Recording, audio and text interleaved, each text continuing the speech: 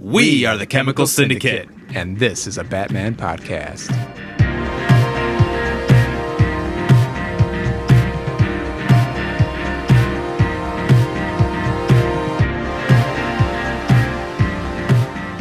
This week, Episode 3, The Batmen.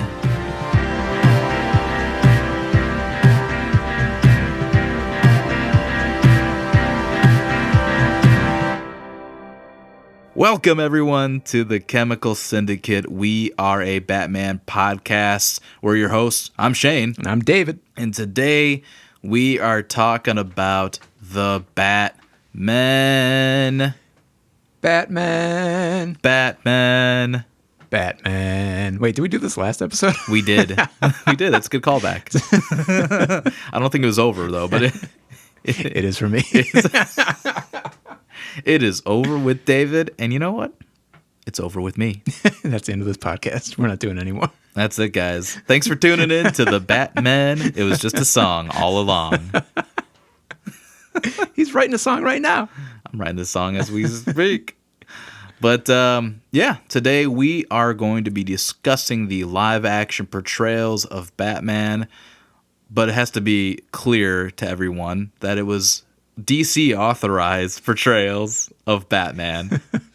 I only say that and specify that just in case anybody wants to throw us the whole fan film stuff or things like that, or stuff I don't count. Don't get me wrong, I've seen some fellas out there who definitely have looked really good in the bat suit, who definitely put in some effort, you know? Yeah. I know, like, more famously, the fan film Dead End. Is that the one with Predator? Yeah, Predator and Alien. Yeah. I hate the concept, but it's a good-looking thing. You know, there's a lot of effort in there. But and that guy who portrays Batman looks great. Yeah, he looks like Alex Ross. I was just about to say, get out of my head, David. I can't. I'm stuck in there. Little Professor X being a bitch. He's always getting knocked out by something, man. You weak as fuck, Charles. Get a sturdier chair. Stay inside of it. I thought, you know, because I always thought it was like him moving the chair, right? Like mind-wise. Really? His mind used it? I thought I was a kid watching a cartoon thinking that. I thought it was just like, I thought he had some kind of control in it. I mean, he probably does. I don't know. I'm just telling you, I'm just opening up about what I thought Professor X was able to do, moving that not even a wheelchair? Hover chair. It's a hover chair. But yeah. All right. Little X-Men talking our weak as fuck, Charles. But yeah. So with all due respect to all the fan films that have ever been made of Batman, I respect your efforts. Some people disagree with me out there. There's a honk at me here. But we respect your efforts. Unfortunately, you will not be part of this list. So, yeah, David, how do you feel? We're talking about Batmen. Yeah, man. There's more than I thought, you know, as we'll get into. And I tried my best to watch everything, but no dice. Some of them I just couldn't go through, you know? Well, and we're going to find out very early on, just as everybody else is, that there's a lot of projects early on that, well, I've never seen it. I've seen pictures. I've heard some stuffs. But, yeah, I haven't seen them all. Haven't watched them all. Yeah. But we'll definitely cover it. And you, the listener, hopefully can chime in if you've watched any of these performances that we haven't. We'll definitely let you know which ones we haven't seen and that we're not fully aware of or educated on. But hopefully you can sound off and let us know. Definitely. Reach out to us. Give us the news. Reach out and touch Shane. I mean, oh. You hear that, listeners? Reach out and touch him. That's an invitation from the man himself. Yeah, but don't let that get me in trouble. All right. David, I think it's time to talk about the Batman. Let's do it. Listen, we're going to go way back. I'm talking way back. All the way to the early 1940s during World War II. All right. the second greatest war. Is that what the referred to as? Like, there's the Great War, and it's the second Great War. Is that what it was? I think they had to rename the Great War after a greater war came along. They had to get rid of the whole naming system of great and just go to World War. There's a First World War. You know how history goes. Is this kind of like Star Wars? There's the Star Wars, and then there's an Empire that Strikes Back. Yeah, and then there's a Return of a Jedi. We haven't had that part yet, though. There hasn't been a Return of the Jedi of World Wars yet. Yeah, we haven't gotten the trilogy of World Wars, but hey, the current climate's asking for it, I think. I don't know. Anything can happen, man. But let's go back. We got the first live-action portrayal of Batman. David, do you know what year within the World War II era that it would have that we would have seen our first portrayal of Batman after he debuted in the comics in 1939? Would it have to be 1943? Yes. Oh, look at that. Actually, yes. 1943 was the release of a 15-chapter serial simply titled Batman, starring Lewis Wilson. I don't know who that guy is. Never heard of him. And you never will. I'm just kidding. Till now. Never. Lewis Wilson. Some of you might know him for only being Batman. That's it. There is... From my research, there was no other notable work that he was kind of a part of. 23-year-old guy at the time that he got cast to portray Batman. And he was 23? Yeah. 23 years old. So I watched a little bit of the serials, like a little bit of each, the 43 one and then the next one that we'll talk about. Yeah. I thought the dude was like in his 40s, man. Like people just looked older back then. It's just the style of the time. He just looked naturally older due to this. I mean, everybody had the same haircut. Yeah. Everybody had the same haircut, clean shave, barrel chested. Fighting a world war and Yeah. He actually had a pretty lengthy career as an actor. He actually, oddly enough, he was acting in 1943 was his debut year, and he acted all the way to 1973. So 30-year career in acting. He passed away in the year 2000 at the age of 80. Oh, wow. So, well, good for him.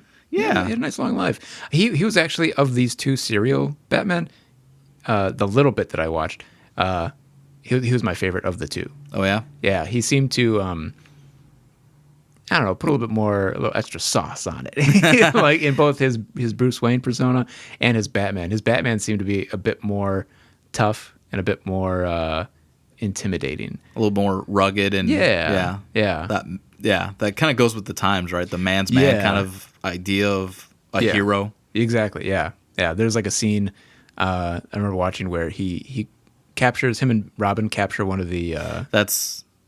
was Robin in the first one? Yeah. Okay. Yeah, there's a Robin. Because I remember thinking that Robin acted more like a kid than the other Robin later on.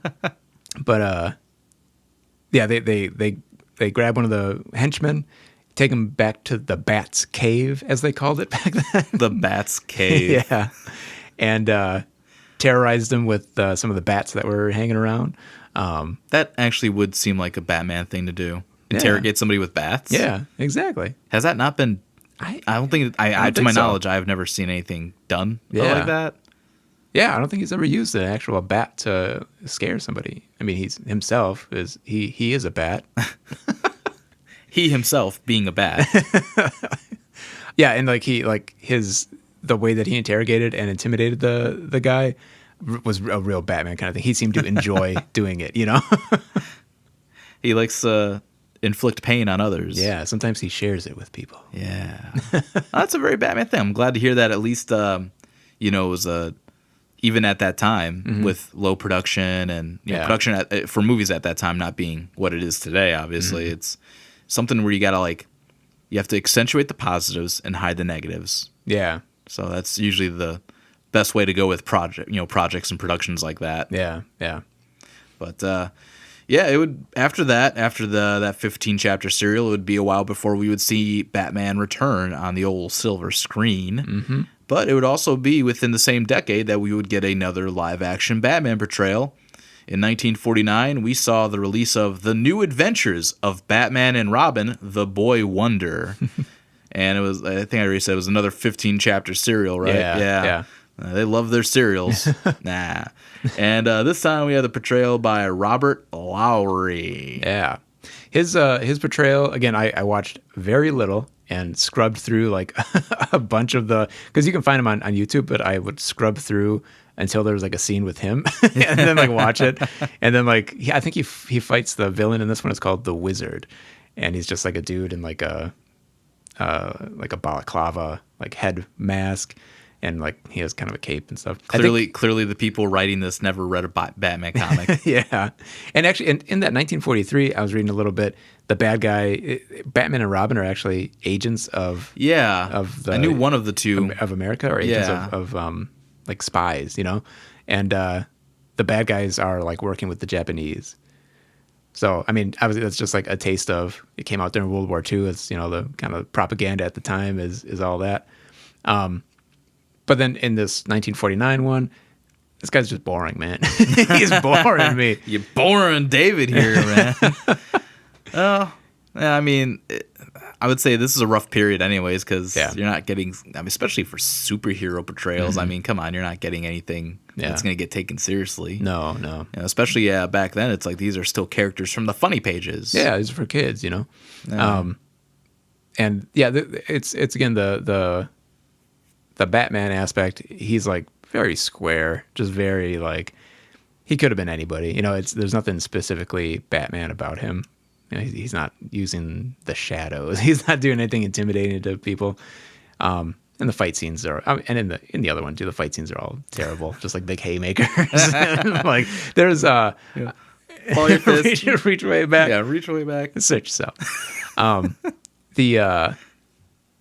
It is kind of funny because I think it was in this one, in this 1949 serial, where you really get a taste of what would it actually be like if you saw a guy fighting in a bat costume. Because like there's a part where like they're fighting and Batman's like cape like goes over his head and like he has to move it to the side and like punch the dude, and it's like not graceful at all. There's no like no training. It looks like this guy has no training fighting. It's like that Batman didn't use proper fabrics. No, not at all. He could have used the stiff bat wings that Bob Kane originally wanted. Keep it out of his face, you know. Don't.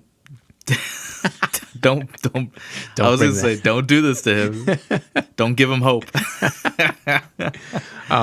Also interesting too, both these portrayals, they're Bruce Wayne. They play their Bruce Wayne as a bored billionaire or millionaire, I guess at this time.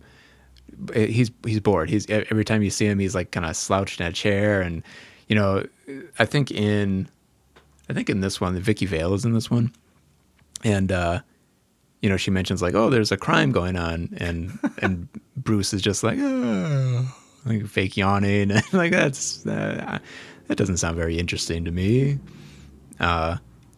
So their playboy is just a bored dude. It's just some rich guy who wants to dress up and travel the world and fight wizards. Yes, although he didn't do any magic. This wizard didn't do any magic that I saw. It was just a nickname, huh? Yeah. Well, you might know Robert Lowry for appearing in, you know, he's been in some flicks, actually. When I saw he was in The Mark of Zorro. Oh. Was he Zorro?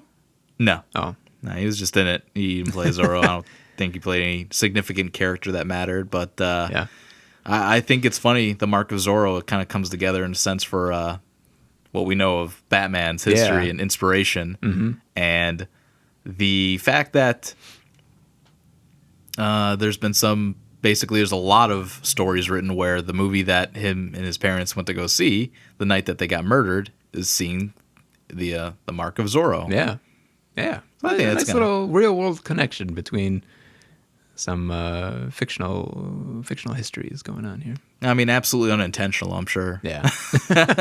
Yeah, I doubt that the makers of The Mark of Zorro were like, hey, let's get the guy that played Batman. That'll be a nice little thing. Well, I also think like when somebody's writing for it, I think they're more so inspired by like the fact that that's what Bob Kane was, you know, really motivated. Like that was a character that motivated him to create the Batman. Yeah. So whereas, you know, this is a fun little coinkydink.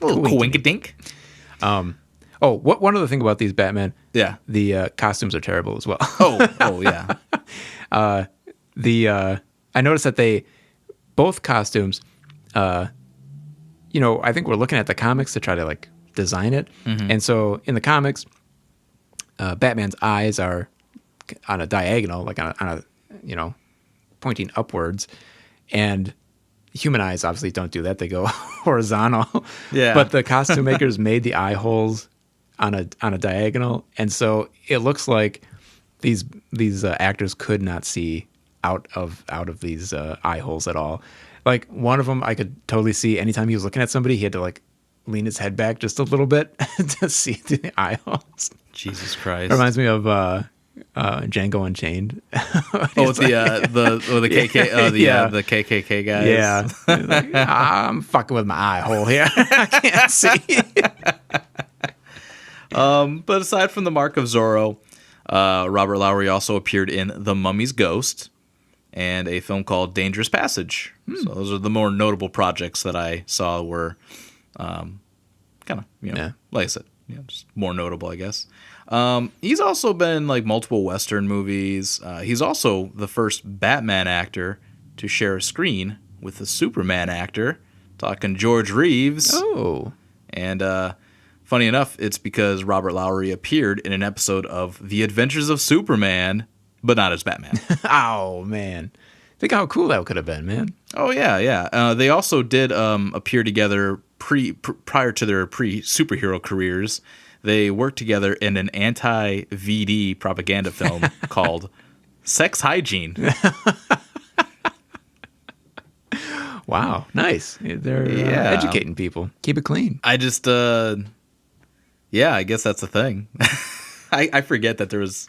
I'm sure there is to this day anti-VD propaganda. I think to avoid those venereal diseases. I think Stan Lee made anti-VD comics for the army to be like, hey, don't go visit hookers when you're in these foreign lands. When you're in France, don't visit these French hookers because they'll give you the clap. They'll give you VD. Well, I learned differently by watching Full Metal Jacket. Oh yeah, not to approach hookers. Well, there you go. Something to take with you. Yeah. Well, Mr. Robert Lowry, he passed away in 1971 at the age of 58. Oh, man. A bit of a youngin' there. Yeah. Although maybe not at that time. I mean, like, I feel like... Well, that was probably that's probably the kind of age range for life expectancy for an American male. Yeah. Barrel-chested man, drank whiskey every day. Had a steak every night. No. He drank scotch, ate steak, smoked a cigar, sat in a chair, got bored. Repeat. Yeah, there you go. But you know what? This takes us into probably our parents' favorite Batman. Mm-hmm. No offense to anybody. This might also be your favorite Batman. And I'm talking about Adam West. Adam West. Adam West. Adam West.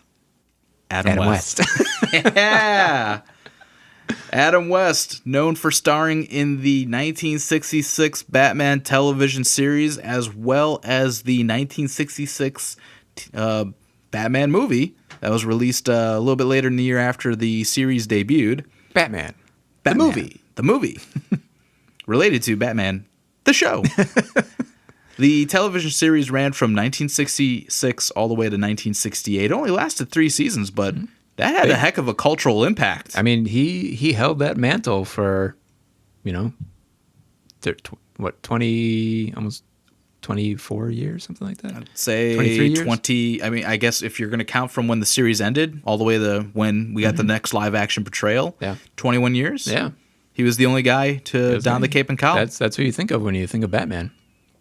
From that time until Michael Keaton. And, the thing is, it's like, for a lot of people, it's endearing to enjoy that version of Batman because that was the only one. And I don't know, it's kind of weird because, like, looking back, like when I was a kid and all I had for, Batman was, well, just Michael Keaton. And yeah. I used to get excited whenever it was like I was stuck at home during the day for school and got to watch some Batman reruns. I'm like, Batman? Yes. Oh, it's Adam West. It's It's weird, kind of weird. But now I'm an older, I'm an older man. I'm a little bit, You're I'm more open, cultured. yeah. I'm a little bit worldly, a Yeah. little bit, and I can appreciate Adam West. I can appreciate the Batman series, and Yeah, comedy of it. yeah. I mean, it's just such a, I don't know. It's of its time. Yeah, It's of its time, and I Yeah. mean, there was nothing like it. Yeah. I would say it's comic accurate, of course, but I think it definitely inspired a great deal of things, and it has its place amongst television history and in pop culture. Yeah. Without a doubt. And when you hear people that saw it as kids, they'll tell you like it was, they saw it as serious. That was like action, serious Batman. The stakes were high. Every week he might die. This cavalcade of villains. Yeah, the most dangerous villains on TV, and then the parents that would watch it would know, oh, this is silly, this is funny, this is campy, this is supposed to be a comedy. Whereas the kids are like, oh man, this is deadly serious. There's actually I forgot who told me. I think my mom may have told me that my grandpa was actually excited to see the Batman TV show. Like I guess maybe he read it when he was a kid or something. That's kind of cool.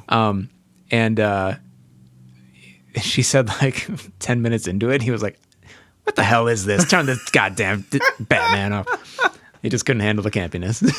I don't blame him. I think that's kind of fascinating because you think, I guess it depends on how old he was when he started reading comics, or, especially if it was those early years where Batman was taken a lot more seriously. Yeah. Those early, Bill Finger and Jerry Robinson kind of eras. Right. Yeah. Yeah. I can see that. I can see him being kind of a little bit let down by it, but I can also see a bunch of kids that grew up like reading comics in the 50s being very much into it. Yeah. Yeah. So. Like if when you read it as a kid, he was fighting mobsters and syndicates Yeah. and other like crime stuff, like not fanciful I don't know, like weird supervillains, and like if the weirdest thing was the Joker or the Riddler or something like that,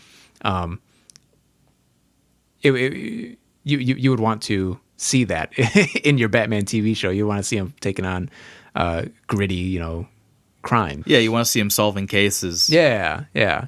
But then if their inspiration is all the 50s stuff where he's deputized by the police and he's fighting oddball crimes, He's fighting that one week. He's fighting Vincent Price as Egghead. Yeah. He's taking on a guy calling himself the Pharaoh. Yeah.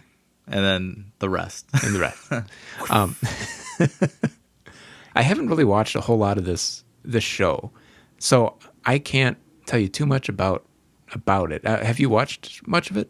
Yeah, I used to watch quite a bit as a kid because I really just held out hope that I would just like it. Yeah. A lot as a kid. Like I said, I mean, when you're introduced to Batman through the grittiness and darkness of Tim Burton's vision of Batman, and then you're watching something so lighthearted and uneventful. Yeah. Or I mean, not uneventful. There's things happening. It didn't feel as cool. Yeah. And then, I mean, I'm also growing up with the animated series, which is also giving me a whole perspective on Batman. So Yeah. I'm looking for something a lot more serious, and Yeah. it's just not. It wasn't for me. Yeah. Yeah. I can look back at it fondly now, and I can respect what it was. I can respect its success, and I mean, yeah, I can look at it a lot more positively now. Yeah. Yeah. I definitely want to go back and watch episodes because, like, on like MeTV, they'll have like episodes sometimes, and like if I happen to be actually watching on the air TV and come across it, I'll watch it just as like a curiosity. But yeah, for some reason I've just never been able to like actually get into the comedy of it. Like I know it's supposed to be funny, but it's just like that's not funny to me, Right. But it was what it was. Yeah.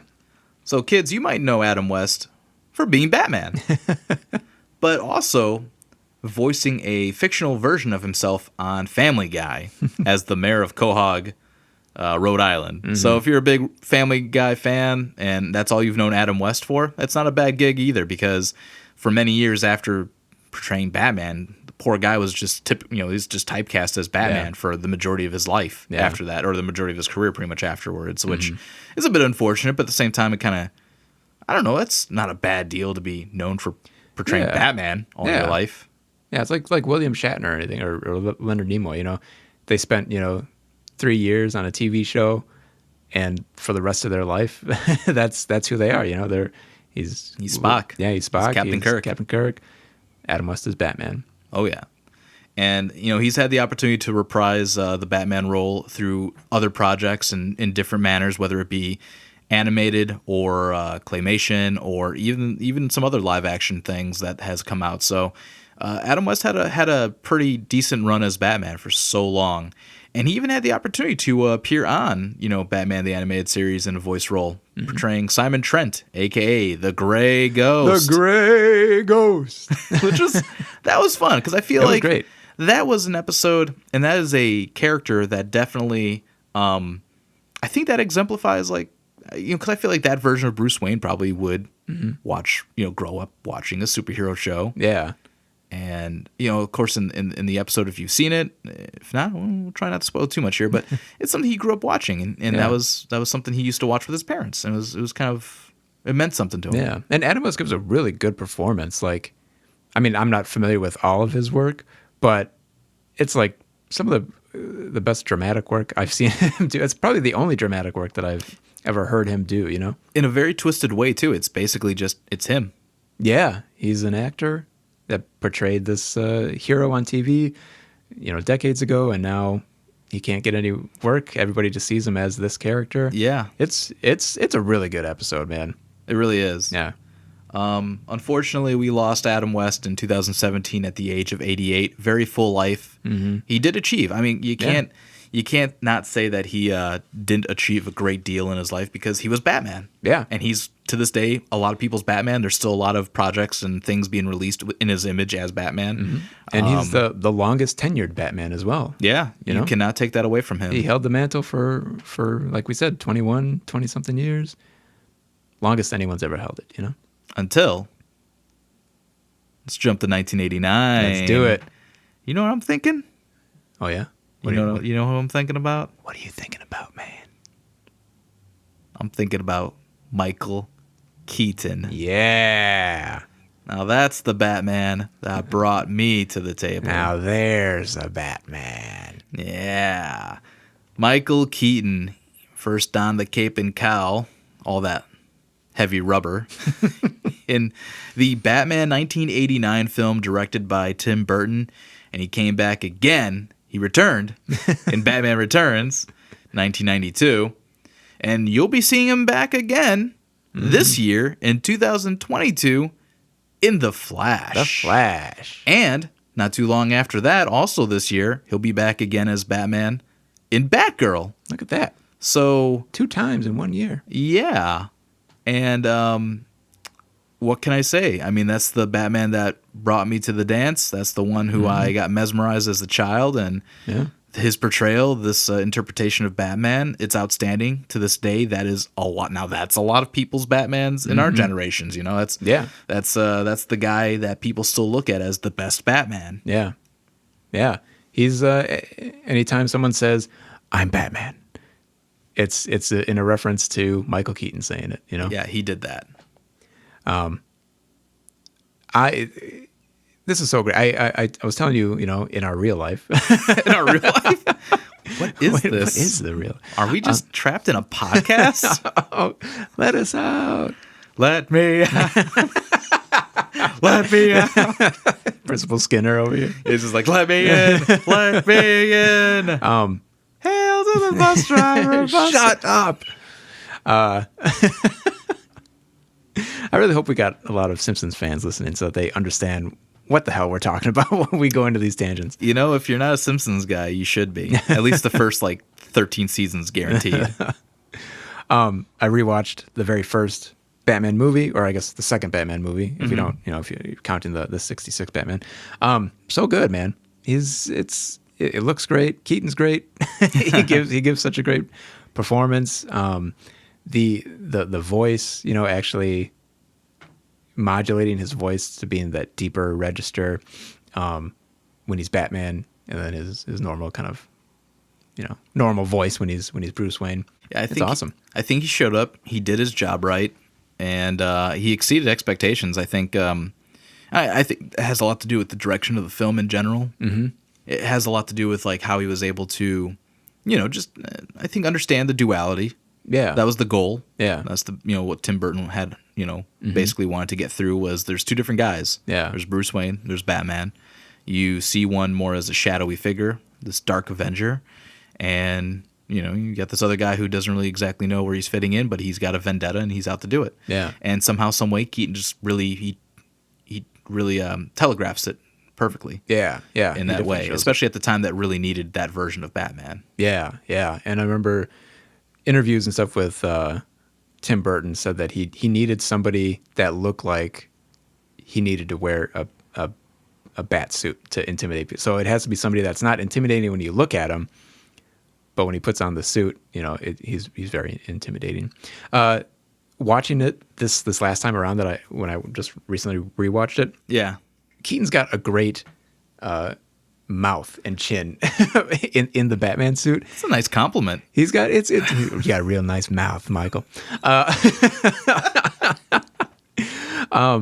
He's got a great like sneer. Like there's a moment when he's I think when he first fights Jack on that catwalk In Ace Chemicals. Yeah, in Ace Chemicals, and there's like a he puts like a frown on his face, and it's like so good and so mean looking and scary. Like it definitely is. When Jack Nicholson goes like Jesus when he gets lifted up, like I can see why he would say that because he looks terrifying with that snarl on his face. He also does an incredible job of just no selling.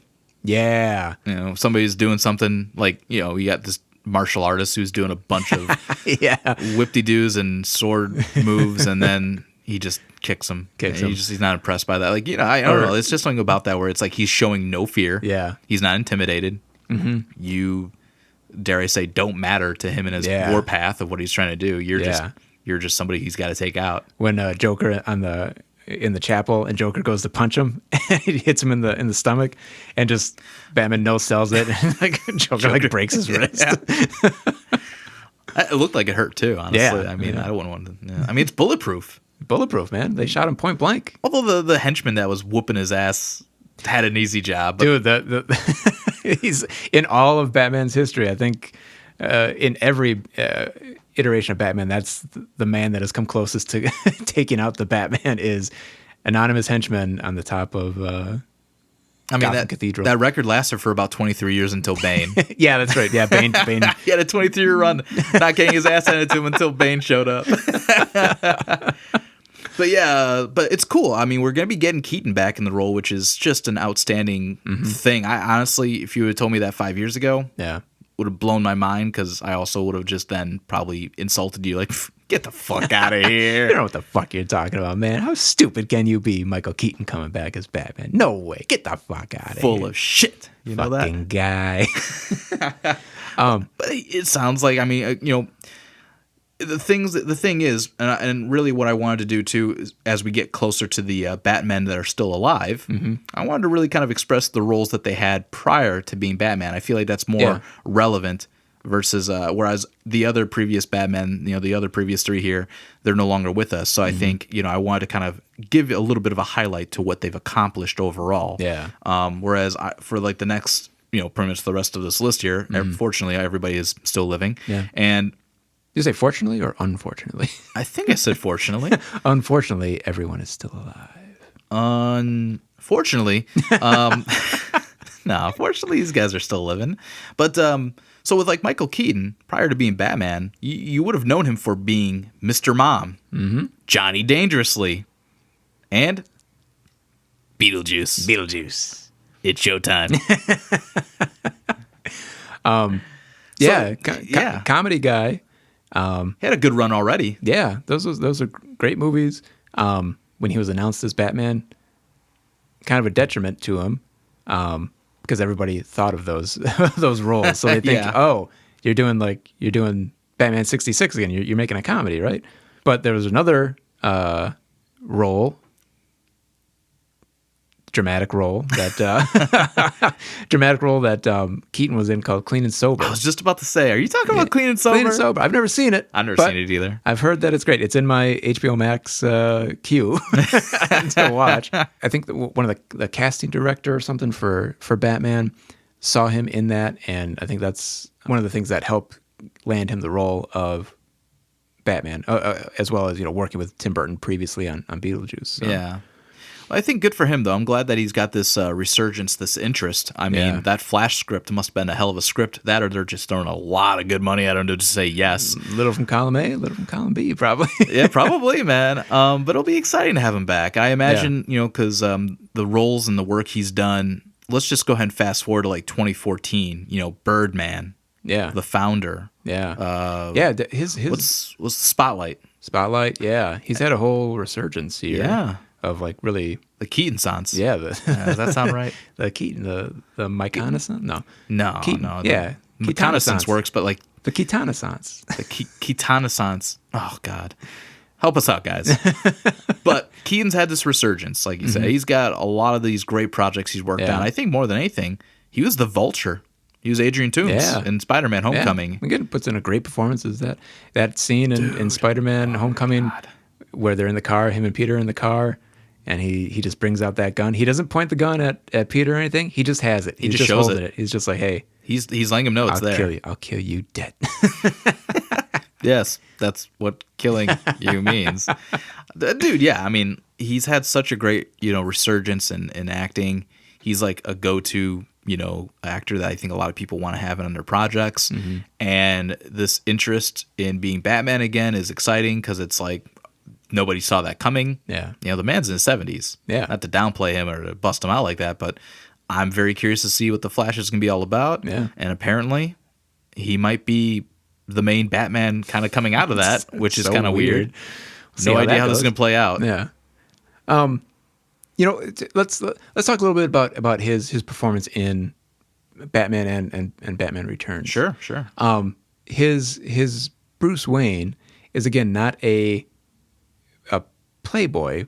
He's not like not really. No, he does get laid though. He gets laid, and he gets paid because he's Batman.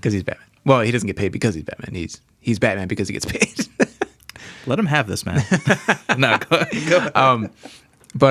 His Bruce Wayne is very distracted and very like aloof. Like he's thinking about other stuff. He's like when you think about him in when he's talking to Vicky and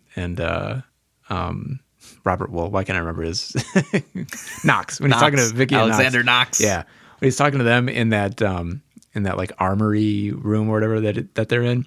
King of the Wicker people. More like Bruce Wayne. Am I right? They're just stalking him the whole time. But like, he's talking to Vicky and Knox, and like that guy comes in talking about they're running out of champagne or whatever. Yeah. And just like, he whips his head like, back and forth, like he's getting distracted by certain stuff. He's thinking about, a couple different things. Alfred comes in and tells him that Commissioner Gordon had to leave unexpectedly, and he's like, oh, okay. And he walks one way, and then Alfred's like, no, I think you have to go the other way. And he's like, oh, okay, gotta go that way. So just kind of playing it like, oh, this guy is like kind of just, his head is, he can't focus on one thing at a time. He's, his head, he's kind of all over the place. He's not, he's distracted. There's, he's acting like he's maybe above it all or something like that, Yeah. And it carries over in the Returns. Yeah. When he's like attempting to court and date Selena. Yeah. Yeah. And, you get the news going on, and then he's distracted by that as he's about to seal the deal. Yeah. Yeah. And then, his Batman is angry. It doesn't reach the level of anger that like Christian Bale gets to, but there is that anger there. There is that almost sadism, like you think of in Batman Returns when he's fighting that Red Triangle gang in the beginning. He puts that stick of dynamite in that dude's pants and knocks him down, and he's like smiling about it. Sets that dude on fire with his Batmobile. I'm not a fan of that situation, but it had to be done. The Red Triangle gang had it coming. He works it as a dual thing. There's two different. There's a Batman and there's a Bruce Wayne. I feel like you don't get a sense of where the line of his Bruce Wayne as a facade for everybody else and the private Bruce Wayne. There's not too much of a line there. Mm-hmm. Like his private Bruce Wayne is the same as, Bruce Wayne in the Batcave is almost the same as Bruce Wayne at the charity function, Oh yeah, or even like the interaction with him and Shrek, like at the meeting. Mm-hmm. He's just like busting him out, like yeah. He's like putting it right up there. He's like, guess what? I'm a detective. I know shit. Like it's about the power plant. He busts him out over that, and then he's like, well, at least I'm not supporting some leader of a dangerous Red Triangle gang. And he's just doing it. Puts it out there. He tells the Joker right away too. He's like, I know who you are. As Bruce Wayne, he says that. When he's around those that he's at war against, he's not hiding. What he needs to Which achieve. You would think he would want to, because like that's why you have a secret identity, so that your villains, your enemies, don't know who you are. But he doesn't care. He's a wild man. He's crazy. Yeah, and had Keaton not decided to come back to do this again, I mean, obviously, I think the legacy would still be there, and really, it's going to be a matter of where does he go from here? Mm-hmm. What is he going to achieve in The Flash? What is he going to achieve in Batgirl? Yeah. Are there more projects in mind? Yeah. What else does he want to explore with this character, Yeah, like I can't imagine that this is something where it's like he's back full time. Mm-hmm. But what's his purpose? I'll be curious when the time comes when we get more of those interviews with him as to what brought him back. But it'll be exciting. Keaton's not done yet, and we got more of that, which will be fun. Yeah. But a little bit of a shift change due to the reception of Batman Returns that led to a change in directors, change in writers, and a change in the entire tone of where Batman was going to go in the future. And that's how we got this next Batman, because Keaton was not on board with what was going to be coming up, but they found somebody else who could do the job. And I'm talking about Val Kilmer. Yeah. And he was in Batman Forever, which came out in 1995. One and done Batman movie. Yeah. And you might know Val Kilmer prior to being Batman for quite a few movies, actually. He actually had a pretty decent little resume there.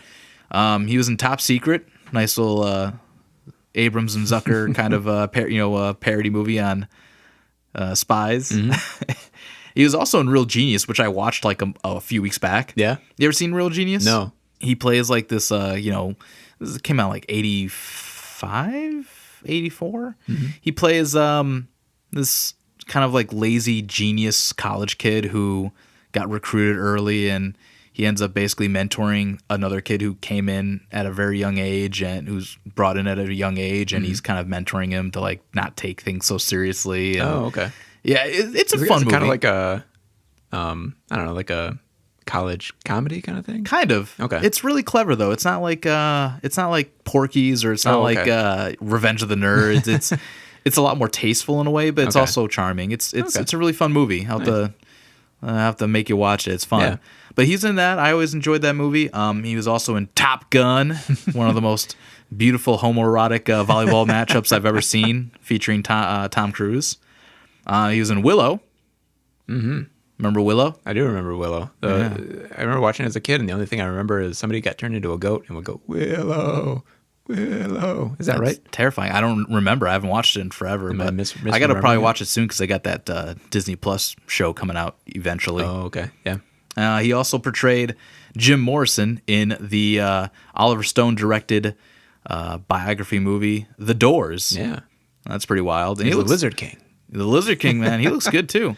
And he also portrayed Doc Holliday in Tombstone. Yeah. Hey, my buddy Tim, if you're out there, you're listening to this, man. I know you're marking out. Tombstone's a great flick. And Kilmer steals it in that one. Does he? I've never seen Tombstone. It's one of those ones that I gotta watch, I got both of them on my digital collection for both Tombstone and Real Genius. You gotta check it out. Nice. Good stuff. Yeah, Tombstone's awesome. That's like one of the absolute best Western movies like ever made. Yeah. That's what I always hear, man. That's what I'm always hearing. Yeah. I hear good things. You hear things. But yeah, he had his one shot playing Batman, and Batman Forever is, it's not the best, in my opinion, it's not the best Batman movie. No. Yeah, no. No one's going to give it that credit. However, it is still very entertaining, and he had entertaining. He had an idea of how he was going to portray Bruce Wayne and Batman. Once again, kind of going with that same idea with the duality. Yeah. And being able to deliver on how to perform. Yeah. That sort of complex character. Yeah. Yeah. This his performance. This movie is actually my second favorite of these four. Of the four 90s ones. Or whatever. This original Batman anthology, as they refer to it. Yeah, the anthology. Yeah, this is my second favorite of them. And part of it is because his Batman is so good. His Bruce Wayne is, again, he's playing it a little like Keaton in terms of like aloof. He's not so, I feel like, not so distracted, but he is playing it like aloof, kind of a little bored, a little above it all. Like when he goes to see Chase in her office, he seems like he's like guarded and not trying to show too much, but he is always like changing the topic of whatever they're talking about, so they're not talking about him. And he's got a look of like, this guy looks like he would be like a very famous playboy, He's got that. He's a handsome dude. He's not like Michael Keaton's a handsome dude, but he's not Hollywood handsome. I feel like Val Kilmer is like a very Hollywood handsome kind of guy. Val Kilmer, admittedly, and I'm very comfortable in my sexuality to admit this, he's a cute dude. He's a very cute dude. Very cute dude. And he's even like in this version, like the Joel Schumacher movies, Bruce Wayne is famous in Gotham. Like he's a huge deal. He's like Gossip Betty's always all over him trying to get the scoop. And who's he dating? Oh, who's this lovely lady that you're with? Riddler is obsessed with him, like. Yeah, and I was going to actually bring that up. Like one of my favorite scenes, it's so low key, but it kind of plays in a little bit to the sort of inspiration of which, like you said, like him kind of crossing over that Keaton performance is when he first meets Edward Nygma. And, he's interested in what he's got to say, but he's momentarily distracted by the bat signal. And the moment, like, he's willing to give him a meeting, he's willing to do that, but then of course the character's being pushy, and he spoils it for himself, because then it's like you're forcing Bruce Wayne to just sort of be the smartest guy in the room to break it down for you, like, all right, well, and he just tears him apart with like his idea, like, fine, then no meeting. There's just too many questions. Yeah, I mean, it's kind of cool because it's like he got challenged and he backed it up. It was kind of fun. Yeah, definitely. Yeah, it's that thing where I love seeing Batman, or I love seeing Bruce do Batman stuff as Bruce Wayne. Yeah, like, so like busting somebody out, like just showing like how smart you are, or when Two-Face's goons come in to Wayne Manor, and he just beats the hell out of them. Yeah, or at the circus too. Yeah, he beats the hell out of them there too. It's awesome, man. I love that shit. And then his Batman is much calmer and not as there's no anger, I feel like, in any of his portrayal of Batman. Yeah, he's not very vicious. He's not like menacing as Batman. I do think he's the best fighter, though. Like those fight scenes are dope. Yeah, this portrayal, like especially in the beginning when he's rescuing that bank guard or whatever, and like he's fighting Two-Face's guys in the bank. Like whatever they did with that bat suit, they were able to make it so that somebody could actually kick and fight and move around in it. Made it a lot easier for the stunt guys. Yeah, right? Yeah, definitely. But it's great. And like rewatching it, there's a certain line that he says to Two-Face in the beginning that when I was a kid, I always thought, oh, this is a Batman that like wants to save his friend, or the people that he's fighting. He wants to have them treated. When he breaks into that helicopter, he head bashes through the window, and he goes, "You need help, Harvey." That's the guy who headbutted a window in a bat suit. But like it to me, like especially when I was a kid, it was like, oh yeah, he wants to actually help Two-Face. He actually wants to help Harvey get rid of this, burden of being Two-Face. And I think that's kind of a really good point you bring up too, because I feel like one of the more underrated things about Batman is, people focus a lot on the whole no killing thing and how that might be a detriment to him and how that just leads to the criminals always getting out, rinse and repeat kind of thing. But the thing is, there's a good chunk of history of Batman where he wants to help rehabilitate these criminals to at least get this whole vendetta or their what's the word I'm thinking of? Their goals. I'm losing it. I'm not so good with words. But basically, whatever they've, sort of their self-professed purpose and what their agenda is. Yeah. He just wants them like, look, you got to wake up from that, live a normal life. Yeah. Get back to society. That's kind of like one of the low-key, like, secret things that Batman, well, not secret, but it's one of the low-key things that Batman wants. Yeah. He wants his, these people to have better lives. He wants them to get well and get over this and be better. Yeah. Yeah. Part of that no-kill policy is that you get better. Like he doesn't want to kill somebody, one, because he doesn't want to put somebody else through what he went through. Right. He also knows that when you kill somebody, you end everything that they could be in the future. And he's got that hope in him, at least the best portrayals for me. He has that hope in him that he can save these people and actually turn their lives around and give them something better.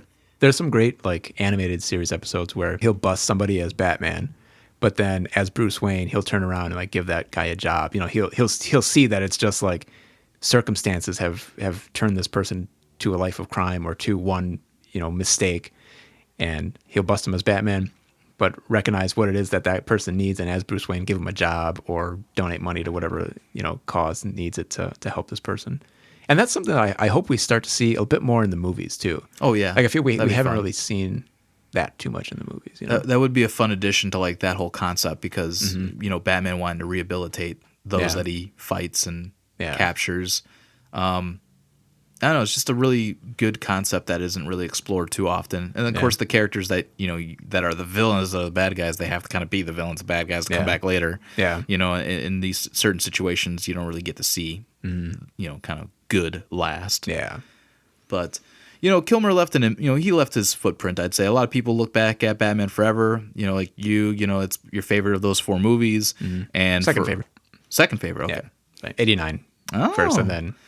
See, it used to be the other way around once upon a time. I think so. Yeah, I think so. But after watching that 89 Batman again, like recently, it's like it's real good. Got you, son. Got me. It did the same thing. Like Batman 89 is currently like it's somehow shifted back to being number 1 for me. Because yours was Returns for a while, right? Well, no, Returns is ironically enough. I just watched that a lot because for some reason it's just like a weird movie to turn on when I'm bored. Okay, yeah. I don't understand it. Like I love 89. Yeah.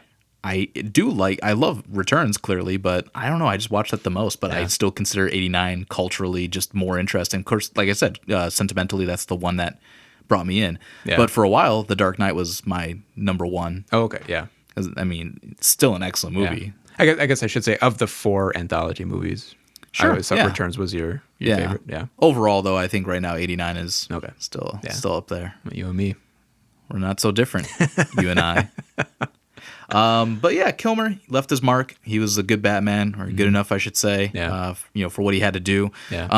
I think it's worth noting. Not something I wanted to report, but I feel like it's necessary. He is Bob Kane's preferred Batman. That's right, he is. And you know why? I think why blonde hair. They finally got it right. That's exactly what I had pictured for my Batman with blonde hair. Hey, how about we do a domino mask instead and some stiff wings and make the upper torso red? Mother.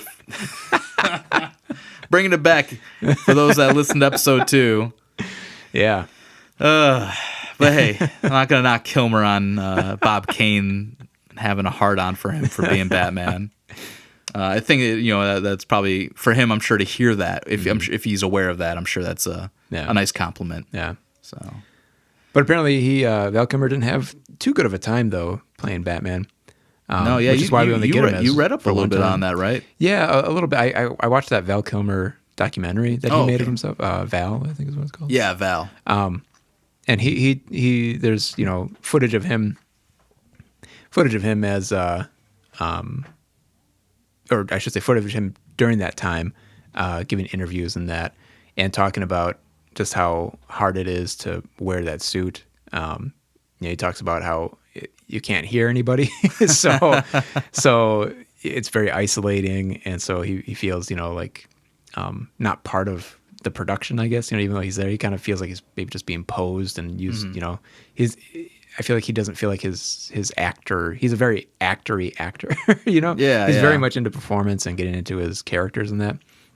And so I think he felt like he was just part of a machine, and like he wasn't able to actually give a performance. And especially like the suit, I'm sure, is very restricting. Even though we talked about how whatever stunt suit that they made for it was easier to move around in, it was still probably very constricting to wear. I've thought a lot about this recently too, because I think after you had told me about this before, and I thought a lot about this because it's like when it comes to those early suits, I mean all the way probably to in the last like I'd say up until probably when the Dark Knight, because that's when they really started having a little bit more mobility in the suit. Yeah, and I thought a lot about this because I equated to my experiences working in an ER at a hospital. And maybe you might be aware of this too, not to give David's secret job away. But he's also worked at a hospital. We used to work together. In a hospital, yeah. At a hospital in the ER, yeah. And when people used to come in and they would never want the door closed because they're claustrophobic. Yeah. And I recently thought about that, and I'm like thinking maybe that's because I've never been in a stiff suit. Yeah. But I do recall like randomly, maybe every once in a while, being trapped in something. Yeah. And it used to freak me out a little bit. Yeah. No. I've had that feeling before. Yeah. Being like in a real tight space and just being like, if I'm in a place where like I can't move my hands freely, It's terrifying. Yeah, terrifying. Like if I have to like shimmy through something, I'll start to freak out just a little bit. So I was kind of equating like, man, those suits must have kind of maybe made the guys feel a little bit like that. Yeah. Yeah. Because I mean, if you can't move the way you want to move, and you feel like you can't, like if something were to happen, and you needed to move quickly somewhere, and you feel like you can't, that would be terrifying to be. I don't know how fast it takes for them to remove the suit, but imagine having like a health scare. Yeah. And it's like, hurry up and get this suit off. Like, it's going to take like a half hour. I got to take a shit now. Yeah. So I'm like, I was kind of equating that feeling to that because I've thought about that. I'm like, maybe it's just a little bit of claustrophobic kind of feeling on that. Yeah, definitely. So, but yeah, Kilmer, one and done, one movie. That was it. But Batman Forever was a success, and of course Warner Brothers wanted to capitalize that. They fast-tracked production for the sequel, but they needed a new Batman, and that's where they found George Clooney. George Clooney. He starred in Batman and Robin, which came out in 1997. Now, you might know George Clooney at that time for a little bit of a small run on Roseanne. Oh yeah, TV right. series. He was on wasn't there. He the supervisor or something? In Roseanne? He played like a significant other to like the sister. Oh, okay. Forget what's her name. Oh, okay. So Yeah, Jackie. sure. and then he picked up a lot more steam in his career, starring in ER. The very first McDreamy. Yeah, sexy doctors, people, sexy doctors. And then I think just before Batman and Robin came out, he was in Robert Rodriguez's From Dusk Till Dawn. Okay, yeah. It's a badass vampire movie. Yeah. Eh. Yeah, that's an awesome movie, man. Like It it's is. one that like switches on you. You think it's one thing, and then it like, oh shit, this is a vampire movie. It just, I mean, without having already known in advance what it was, I would have loved to have witnessed it, not knowing anything. Like at a festival or something like that when you haven't seen any trailers.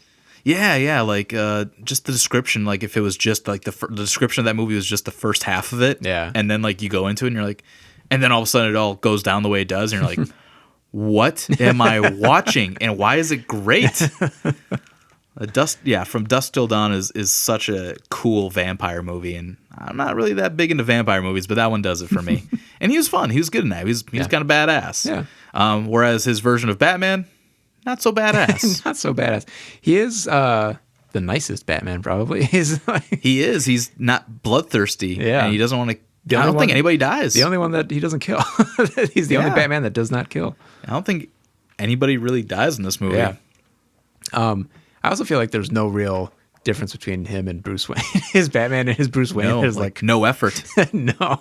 The voice doesn't change. The demeanor doesn't change. Just puts on a costume. And this, even though like in that story, like it's trying to like create that conflict with him and Dick Grayson, and it's like there's still really, it doesn't feel as contentious. Yeah.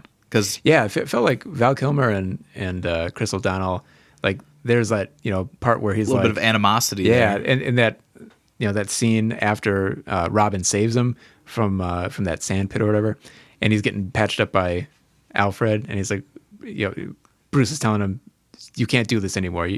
You're not going to be this at all. And Robin goes, "What are you going to stop me?" He's like, I have ways or whatever. Yeah. I can stop like, you. That's he what stands up and he's like, "I'll stop you. I can stop you." And it's like, oh shit, yeah. And like, there's that moment too where Dick Grayson like kind of swallows. He's like, gulp. Whereas this one's like, oh yeah, even though this Batman can still beat the hell out of him, Yeah. which is kind of fascinating. Like he doesn't flinch at Robin, but at the same time he's taking a lot from Robin, Yeah. verbally, Yeah. and Robin's just acting like a petulant child who's in his mid-20s. I know the quality of George Clooney as an actor. Yeah. I feel like if this was any other director, any other era of Batman, man, Clooney, I mean, like, even right now, you could cast Clooney as your Dark Knight Returns Batman if you're making the adaptation of that. honestly, if there was like a No Way Home version of Batman, Yeah. which I'd like to pitch to you someday. I'm talking to you, the audience. I've already pitched it to David. But if there was a No Way Home version of Batman, imagine it being Pattinson, let's say Bale, and then Clooney. I feel like Clooney would be like the Andrew Garfield. Yeah. You'd pop a little bit more. He would be there. Although, I mean, like in interviews recently, he's very much like, that was bad. I was bad as Batman. Like, this was not good. I think he deserves some redemption. That I would would give him a go. Definitely, yeah. If you could, give him, give him a modern script. Give him maybe even one that he works on. Something that he's a good director. Like he could do that. Oh, have you seen Suburbicon? I have With me. with you. It wasn't a bad movie. It was, Sure. But yeah. maybe it wasn't what we were promised. No, it wasn't. That was one of those movies where the trailer was very misleading. Yeah. Oscar Isaac is great in it, though. I mean, everybody does their job. Can't get a better review than that. Everybody did their job. Everybody did their job. But yeah, like if he got a really good script, I think he could be a very cool Batman. Yeah, no, I like Clooney as an actor. I think, like you said, given the right script, given the right director, given maybe the right tone, you could do it. I mean, honestly, a lot of people equate that movie and they compare it a lot to the Adam West TV series. Yeah, it is very much that. It's very much in line for, Yeah. 30 years later in the 90s, but I just think it's 1997, man. We're still living in like a grunge, new metal, heavy hip hop world. Yeah. And while the soundtrack reflected that, the Bone Thugs and Harmony's on that soundtrack, bro. And Smashing Pumpkins, man. And Jewel. That's a wild, it's very wild sound. R. Kelly's on it. R. Kelly is on it. Gotham City. Oh, yeah. As much as I don't want to highlight R. Kelly, Gotham City is a great song. City of Justice.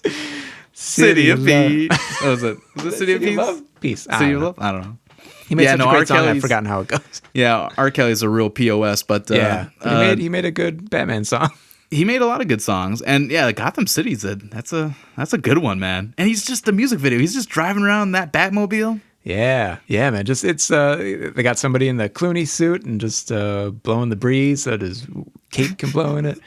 Taking the Batmobile through, through the city, just like in the daytime. Yeah, I mean it's the only time that you can ride that Batmobile, and I don't know.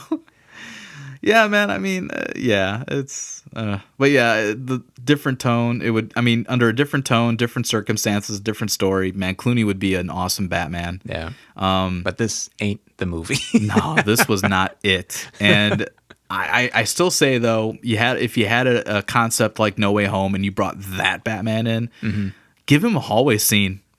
Yeah, just give him one scene where he beats up a bunch of dudes. And it's flawless, and he's still smiling. I want him Yeah. to be like the one with hope, where it's like, guys, Yeah. there is a life. Like, I know we had a traumatic childhood. Like, Yeah. that would Be a really good angle on that one, because like obviously he's the one that he didn't kill anybody in his movie. Right. And his movie is brighter and funny and happier.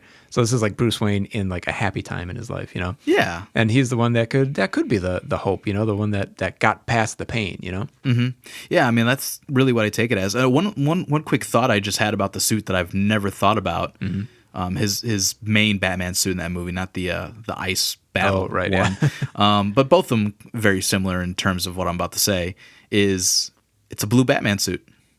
It's not straight up black. It's like that dark navy blue. Yeah. Very much in line with the old the old 19 the new look Batman. the new look Batman from the Carmine Infantino and John Broome. Yeah. Very Another cool, man. callback to episode 2, guys. There Check you it go. out. Dynamic Duos. It's out now. Self-promotion. Yeah. We got to do it. Yeah. I thought it was pretty cool. Yeah. That was cool. But once again, another one and done actor, because this time around though, Batman Robin, although it was considered financially kind of a win, not the kind of win as the other Batman movies. No. Also, one last thing about Clooney. If you see George Clooney in the world somewhere and tell him that you paid money to go see Batman, he will give you your $8 or whatever you paid for it. Man owes me $16. You saw it twice? I saw it twice, dude. I need all the Batman I could get, man. It's 1997, man. Little 10-year-old Shane needed all the Batman he could watch, man. But unfortunately, Batman Robin was what it was, and it sidelined the franchise for many years. Yeah, almost 10 years. Yeah. So you had 4 Batman movies within that 8-year time period from 89 to 97. We wouldn't get another Batman movie for another 8 years. But who we got was, in my personal opinion, the hardest working Batman to date. I mean, look, that's currently it's subjective, but I think maybe there's possibilities that could change. We'll see. But the next guy to don the cape and cowl is Christian Bale. Yeah, that's right, mate. Oh my God, Christian Bale's here. Oh, do. Are you two talking about Batman? Oh, good for you. Good for you. You're talking about Batman on your little podcast. Good Christian, for you. Christian, please. Don't hurt us. And proceeds to beat the ever-living shit out of us. You two are good guys, but we're done professionally. And, we had it coming. I mean, we had it coming. We were walking in his shot. Hey, look, I will say this for those of you that know what we're talking about. We're talking about the famous or infamous Terminator Salvation set blow up from Christian Bale to the sound guy, I think the lighting guy. Yeah. I don't come around and tear up your lights. Yeah, I side with Bale on that one. That dude had it coming. The guy was a jabroni. Yeah, dude was a major jobber. But Christian Bale had the most portrayals of Batman. He was in Batman Begins 2005 release, The Dark Knight in 2008, and The Dark Knight Rises in 2012. So he had himself a nice trilogy.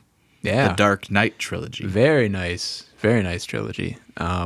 Greatest trilogy of all time, possibly. Possibly. I mean, there's a couple of fans out there of other franchises that might want to have a conversation with you on that statement, but I'll fight with you. I'll be by your side. You and I back to back. Oh yeah. We'll do that weird cool flip thing where like we hook arms and I just flip you over and you just do a drop kick on somebody. Yeah, that motherfucker got knocked out. But prior to being cast as Batman, you might have known Christian Bale for at a young age starring in a Steven Spielberg movie called Empire of the Sun. Never saw it. Or being in the musical Newsies. Never saw it. Never saw that one either. Or playing Patrick Bateman in American Psycho. I did see it. I did see that one. Yeah, that's a great movie. And this next one he was in Equilibrium. You ever seen that one? I watched part of it and I couldn't get it. It was like you couldn't get Matrix. Into it? It was too Matrixy. It was like trying to be Matrix and it had that gun fu kind of thing. I remember there was the gun kata. Gun kata. That's what it is. Yeah, that's what it's called. Gun kata. That one doesn't. Gun kata. Gun kata. Oh man, an old buddy of mine, Kevin, old Y2K, if you're out there, shout out. He got me into this one. I remember he was into it, and I never. Like you said, it looked too Matrixy. Yeah. So for me, it was kind of like an immediate turnoff because I to this day I'm very much not a Matrix guy. Mm-hmm. While I respect its success and the fandom, I'm just not into the movies. Yeah. And the time that I would see like the cover arts for like Equilibrium, I'd be like, it looks kind of dull. It looks like a knockoff. But I saw the movie and actually I do enjoy it. I don't mind it. I do think the story is it's one of those. It's definitely like a slow burn kind of stories, but it's entertaining. The action, it's a direct to video movie too, and I thought the action was better than probably what the production value was worth. But yeah, it was what it was. But some people definitely, there's a pretty good fandom out there for that movie, and he gets some love on that. Yeah. And also the movie that he did just before filming Batman Begins, The Machinist. The Machinist. Now that's an intense movie. I watched it. You did? I never saw that one. I've seen that one. I'm too afraid to watch it, actually. I feel like I'd be grossed out the whole time. I was grossed out the whole time. I was afraid he was just going to, at any moment, break into. Just keel over of hunger. Yeah, and just like step wrong in his whole fall through a crack. Where'd he go? But I thought that it was super gross to watch. I always get kind of flipped out on the story that he getting into Batman Begins for the casting. Mm-hmm. He had to pack on the weight, right? Yeah, and he bulked up. Yeah, and it was a question of whether or not if he could on time, and he did. Yeah. The problem was he bulked up too much. He went and then he had to lose more weight to lose weight again. I'm like, man, just let the man be bulky. Let him be puffy and bulky. Let him do it, man. Yeah. I don't know how low he got for Machinist. It was probably like one. I forget the exact weight, but something, maybe. Definitely below what the normal male weight should be for an adult. And because he's a tall guy too. I mean, he's like 6 something, right? 6'1", 6'2". Yeah. And so like if somebody at 6'1" or 6'2" gets down to 130, like that's looking real bad. But then I think he got up to like 229 or something like that, like put on almost 100 pounds. And I remember, listen, fat boy. That's the crew apparently made fun of him when he showed up and he was like bigger than he was supposed to be. And he's like, I thought we were making Batman, not Fat Man. Damn. And then you Brits are a contentious bunch. He rolled a single tear and then decided to lose some weight. He just started doing push-ups right then and there. Fuck you, fuck you, fuck you. But, dude, seriously, Christian Bale, like I said, I find him to be, I consider him to be the hardest working Batman to take on the role. He feels like he really respected the character. Like For out real. Of all of the Batman, he seems like he's really, really put in work to think about, okay, here's who Bruce Wayne is. Here's who Bruce Wayne is to the rest of the world, the facade that he puts on. And then here's who Batman is. And he committed to all of it, He was no slouch. No, not at all. And really at the time that those movies were coming out and you get interviews like that. And then at the time I'm getting like, the collector set of the other Batman movies. And I'm seeing like Keaton do interviews and Kilmer do interviews. And I'm seeing Clooney do interviews. And it's like these guys don't really feel as into it. No, yeah. Like all those interviews that we would see on the extras, like, they'll talk about the stuff that they like about Batman. But it always seems a little embarrassed. They all seemed a little embarrassed about it, and put like they would give, I don't know what's the word I'm looking for. They would give like qualifiers to the things that they would say about it, like, oh, this is a movie for kids, or with something, Yeah, it's a comic book movie. Yeah, and, yeah. It's for the comic book fans. Yeah, and yeah. Exactly. Yeah, it's stuff like that. Whereas Christian Bale, I feel like, is just very much like, this is work. a character. Yeah, I'm taking this as serious as I took The Machinist, or as I took Patrick Bateman in American Psycho. Like, he put in that amount of work to everything, and his portrayal shows it. His Batman is full of rage, especially in Batman Begins when he interrogates Flash. Yeah. That's like, I remember when I first watched Batman Begins, and that scene came up, and I was just like, so fucking cool, man. This is, where were the other drugs going? I don't know where they were going. I swear to God. Swear to me. Oh my God, it's so good. It's so good. You Do guys I should look pause. like a cop? You guys should pause this right now. Just watch that Yeah, scene. just go watch that scene. Get a little flavor for it. Come on. We encourage you. Pause. We'll give you a sec here. And welcome back.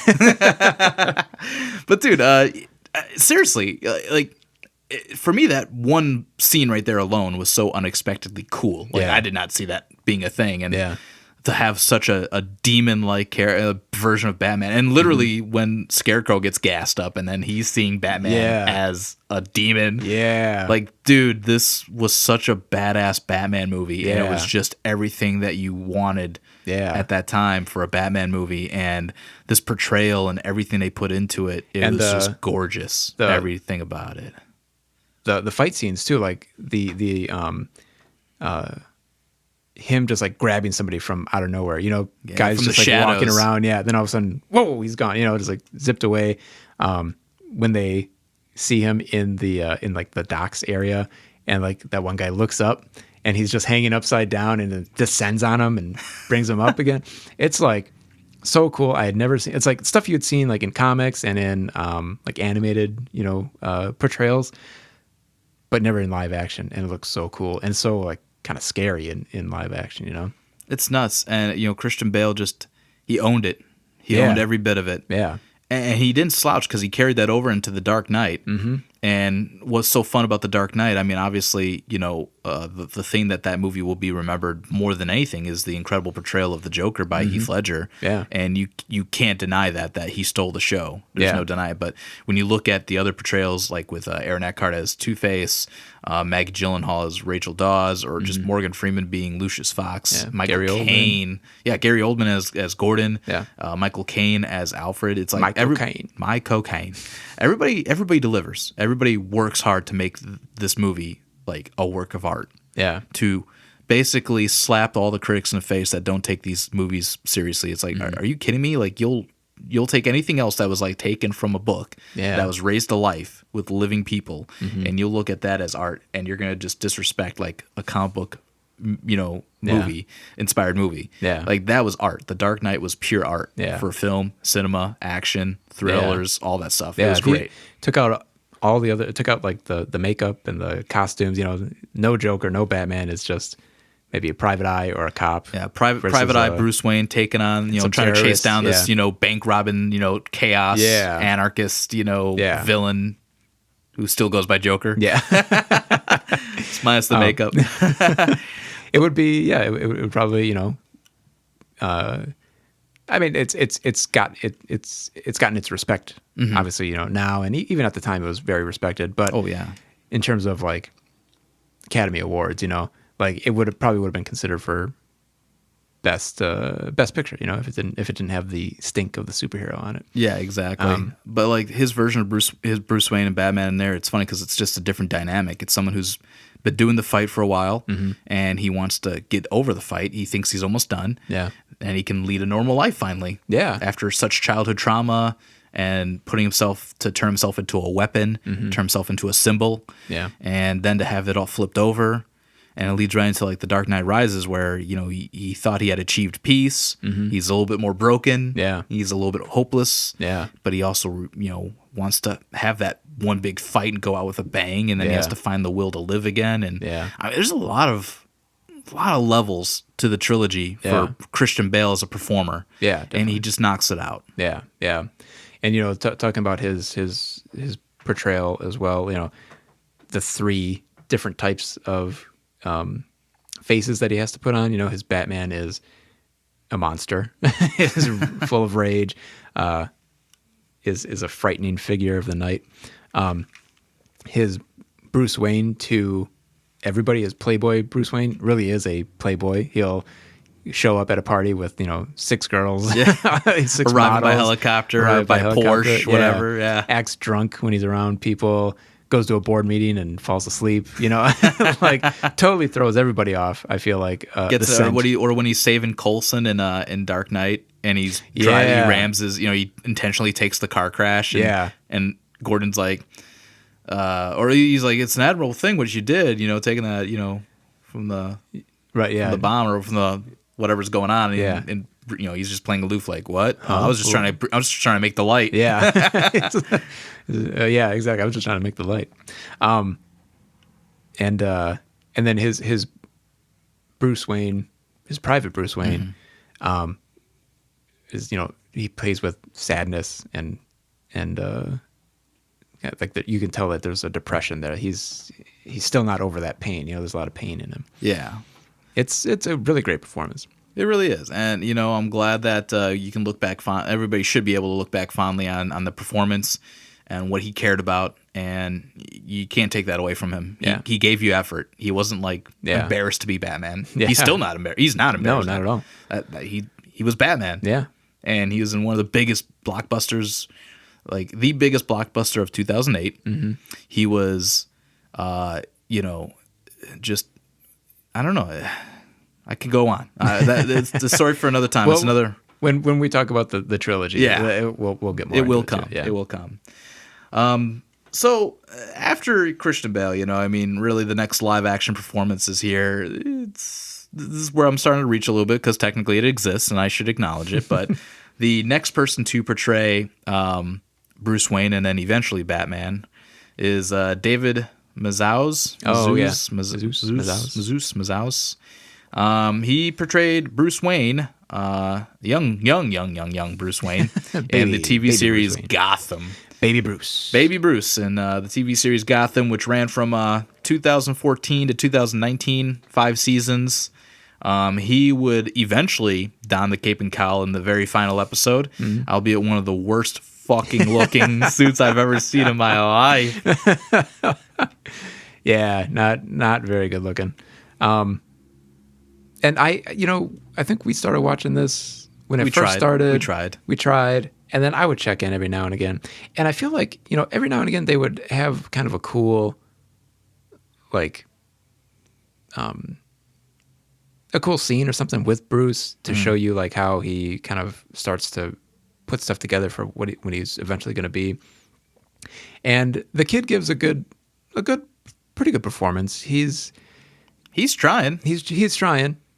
He is obviously a kid. He's like, 14 or something like that. Yeah. And, he plays his Bruce as, from the episodes that I've seen, plays his Bruce as very distant and cold and kind of shut off. Like he's, obviously had this trauma and now just doesn't, want to engage in any emotion at all. Yeah. I've watched clips here and there, and just because I gave up very early on, like probably after the beginning of season 2, and it's just like I can't.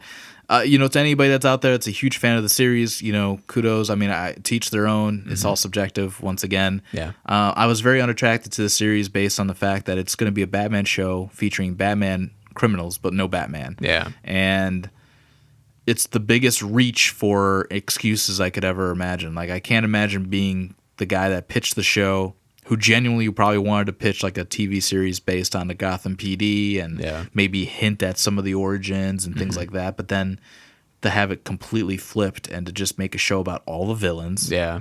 Every single major Batman villain you could ever know of.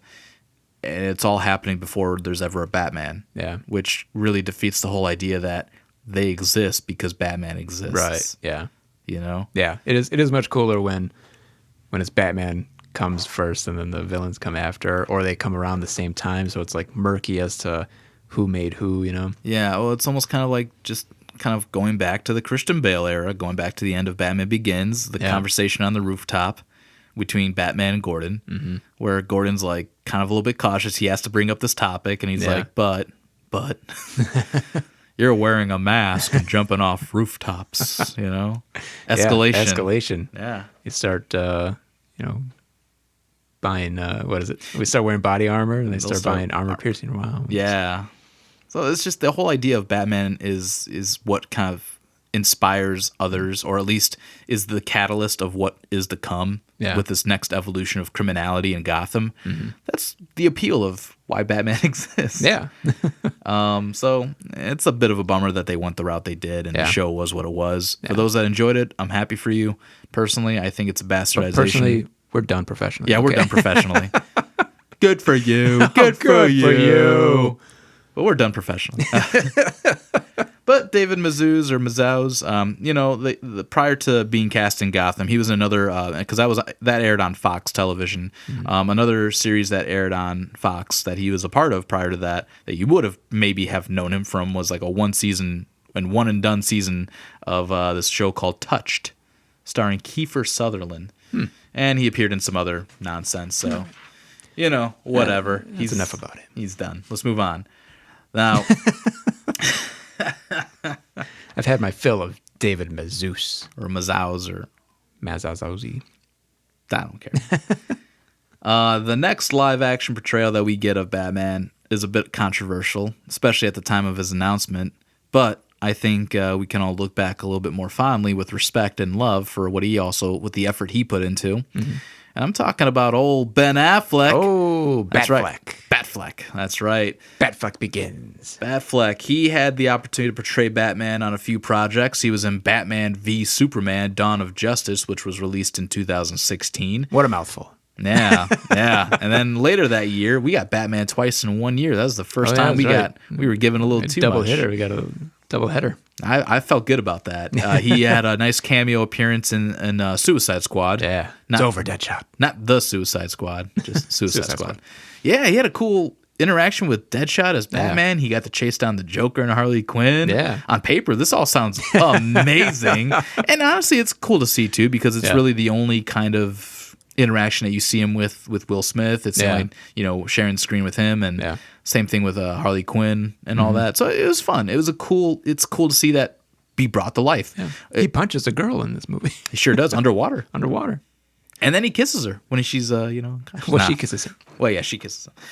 But it was cool because it's like on paper it sounds great. I would say it's actually one of the better elements of Suicide Squad. Yeah. And he also got to appear a year later in Justice League, the theatrical release in 2017.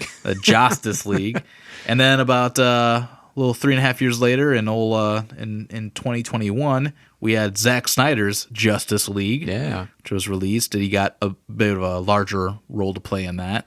And then he is due for at least one more appearance as the Batman in The Flash. My goodness. We're going to get 3 Batmen this year. Yeah, we got Batfleck, we've got Keaton as Batman, and we've got Pattinson.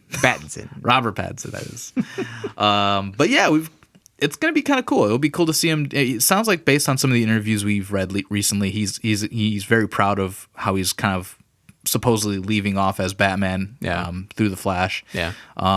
He did not have, I think, once Batman v Superman came out, he did not have a good time. Yeah. Or at least he started to lose a little bit of faith in what he was trying to do for the character. It's funny when watching Batman v Superman and then watching Justice League, you can see, especially the theatrical cut of Justice League, you can see the light go out of his eyes in his portrayal in Justice League.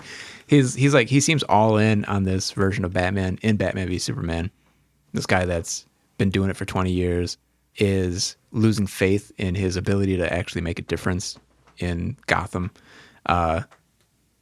and dealing with the anger that he's had his whole life, but also anger that he has at Superman, who is kind of a stand-in for God in Batman v Superman. Both him and Lex are angry at Superman, and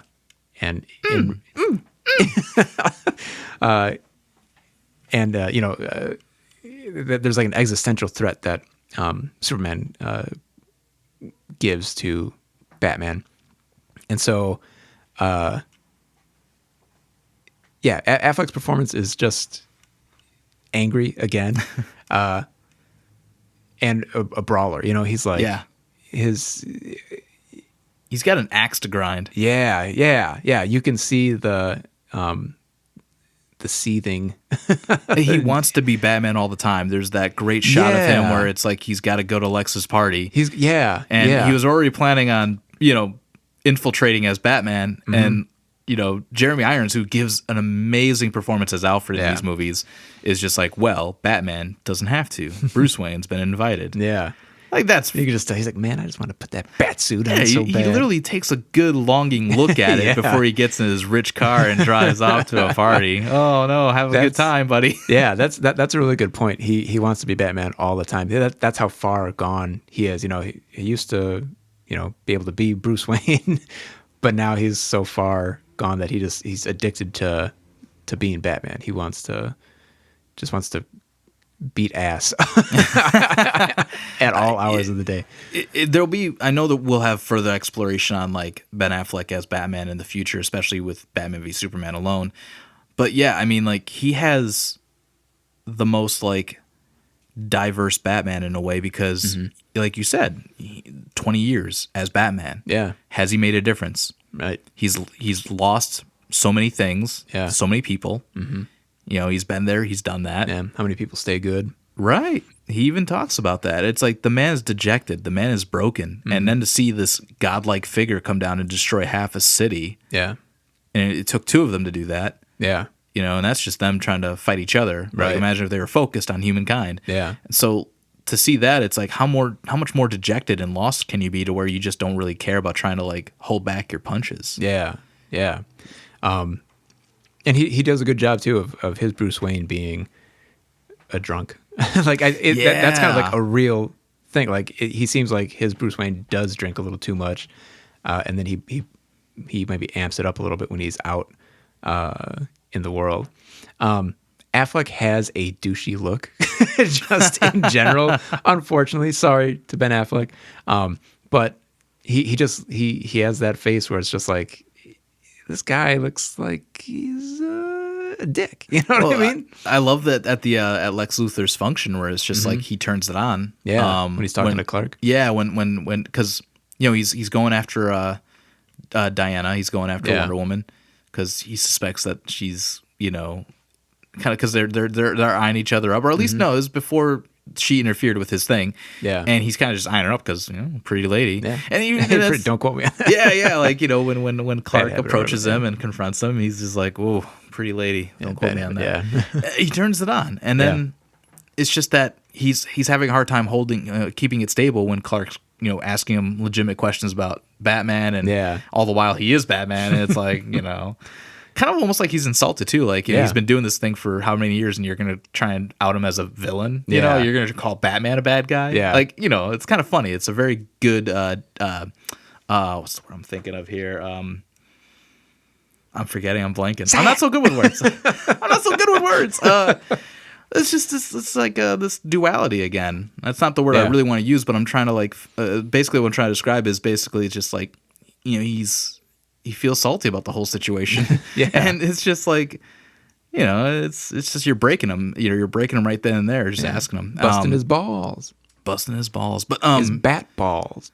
But yeah, it's like he had such a lot of effort that he put into being Batman and Bruce Wayne in this movie. You can see it the way he's physically in probably the best shape of his life. And I don't know. It's great. It's like this Batman is just more motivated to be Batman than ever. Like, it's reinvigorated in the most worst way. Yeah. Because he's and to be a crueler, Yeah. Turns good men cruel. Yeah.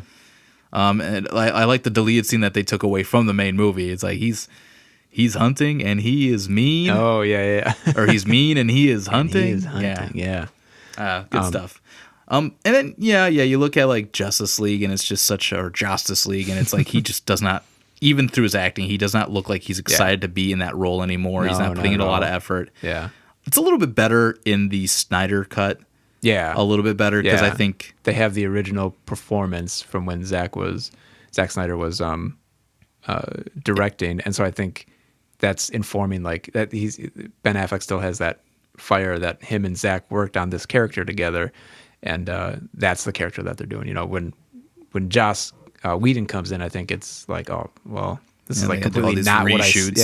And this is not what I signed up for. This is not the type of Batman that I was looking to do.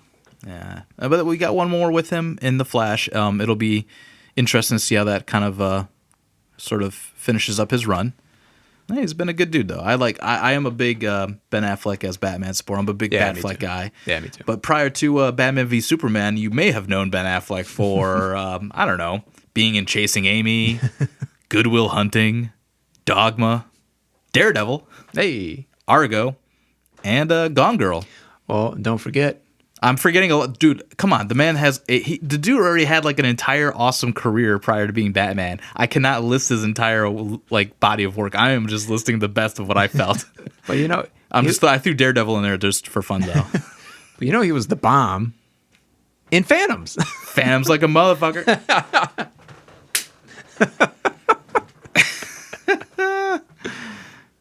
I've never seen Phantoms. Yo, Affleck, you were the bomb in Phantoms, yo.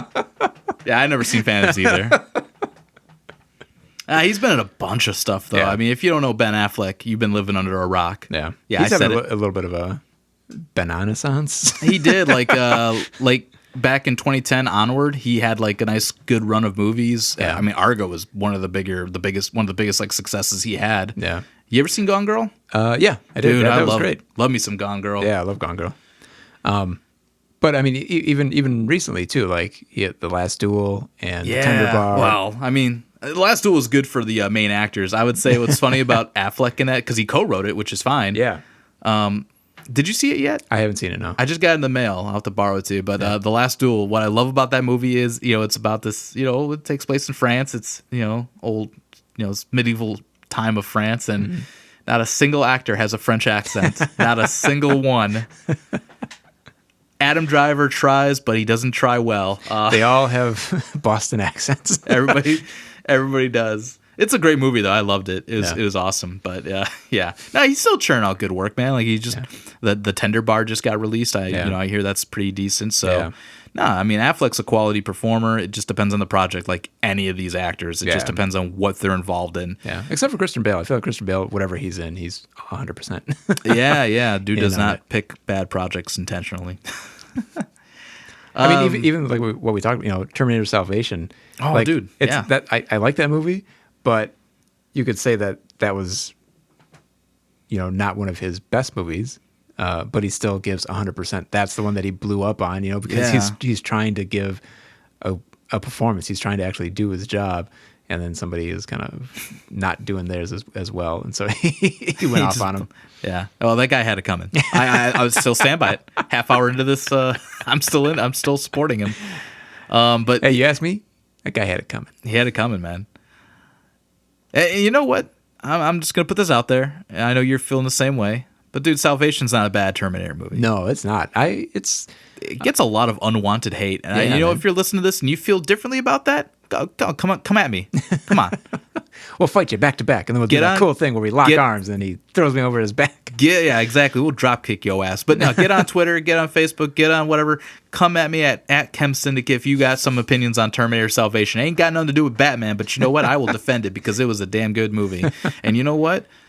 Come on. You think it was worse than Genesis? You think it was worse than Dark Fate? Go right to hell. It tried to do something different, It took you at the friggin' war. Yeah, it showed us the war. It put you in the shit, man. All right. No, that'd be for our other podcast about the Terminator franchise. We'll figure that out later. Next up on the live action portrayals, though, is Ian Glenn. I think that's his name. Yeah. He portrays Bruce Wayne in Titans, the TV series. Yeah. Which debuted in 2019. It's I think it just finished its third season. Yeah. And it's been renewed for a fourth season for some reason. So, yeah. For some reason. But you might know Ian Glenn. He was in the Resident Evil films. He was in probably about 3 of them, I know for sure. He is in Apocalypse, Extinction, and The Final Chapter. None of them. You knowing all your Resident Evil films. Yeah, I'm not proud of that, but here I am.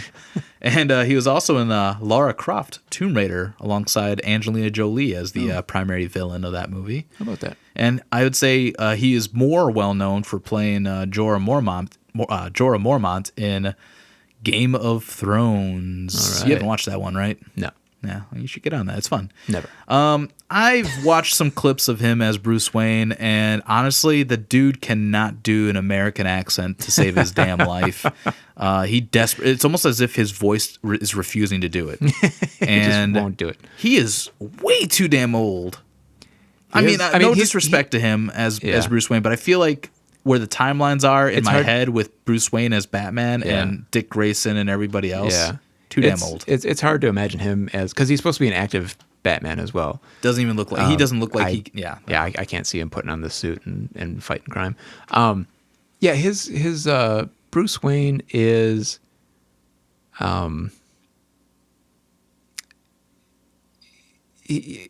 they play up the divisions between him and Dick Grayson in this portrayal. So he's got like kind of a fatherly kind of thing, but like a distant dad, like a dad that fucked up, and kind of wants to get back with his son.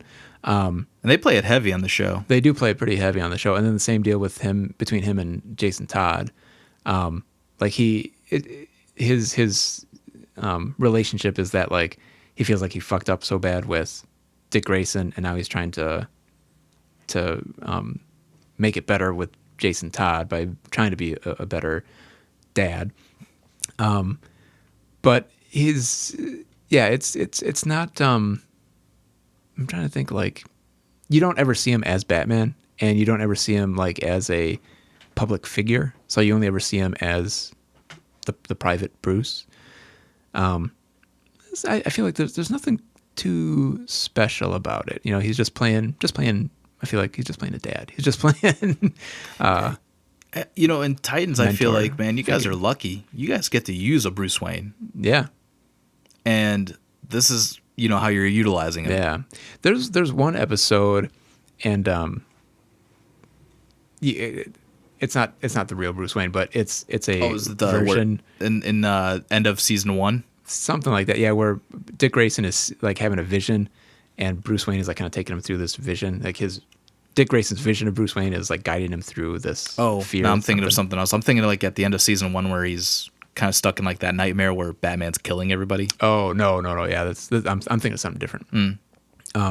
But this he does like this dance that's like reminiscent of the Batusi. Yeah, because he does. I think he does the 2-fingered across the eye kind of thing. And so I mean that's kind of funny, and like I feel like you could see this as being an older version of Adam West, because like they have the same, they're blonde, like. I think Adam West is blonde, isn't he? He has light hair. Yeah. Oh yeah. Maybe he was also Bob Kane's favorite back in the day. Ian Glenn is my favorite. It is what it is. Check him out. I mean, give it a go. I mean, like I said, I'm not very impressed by his performance. I don't think he was the right guy to kind of cast in that role. And the thing is, I love the actor. I think he is a tremendous guy. I think he's done some great projects. He's been in some other more quality, roles that have suited him very well. This though just feels very miscast, and I typically don't complain about casting. I feel like a lot of days. I feel like nowadays you get castings kind of done a little bit better. Yeah. This was not the right choice. Yeah. It's what it is. But it's what we got. Yeah. This was a loose kind of portrayal, but Dante Piera Olsen as young little boy Bruce in the 2019 Joker film. What a performance. The least Batman movie I have ever watched in my life. I swear to God, you strip away the name Gotham City, you strip away the Wayne's name, like just the names. Yeah, and the Joker. Yeah.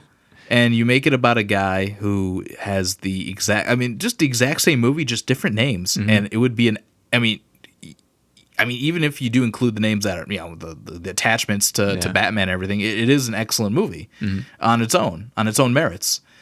But it's just not a Batman movie. It's not even a Joker movie, honestly. Yeah. It's just a very different kind of story to tell. But for some reason, they just felt the need to turn it into this idea of Elseworlds and to throw in the names. Like, okay, you're really taking the multiverse idea a little bit loose, but go for it, I guess. But it's the least Batman movie, but it does have the elements in there to qualify it as such, because you get the obligatory murder of Thomas and Martha Wayne, and Yeah. little boy Bruce is there, and Yeah. kid doesn't really need to do shit. He doesn't say a damn thing. He's just there.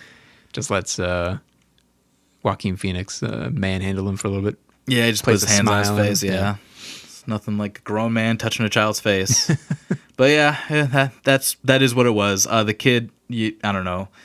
He actually did star in another Joaquin Phoenix movie, actually. Oh, shit, really? You Were Never Really Here. Oh. Yeah, I still have to see that one. I heard a lot of heard good it's things good, about yeah. that one, yeah. Yeah. But he was in that. That's about as much as I know. All right. But let's move it along here. Steamroll these.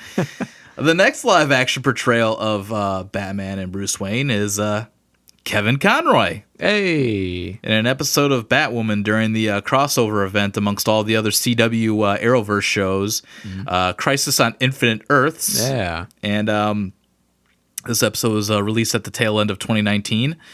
Kevin Conroy got to finally portray a live-action Bruce Wayne / Batman. I say that because you might know him for voicing Batman on Batman the Animated Series. He is the Knight. One of the most critically acclaimed, pieces of art that you'll ever watch in your life. Mm-hmm. I grew up with it. You grew up with it. A whole lot of people did, and honestly, it holds up. Holds up. Holds up. And Great acting.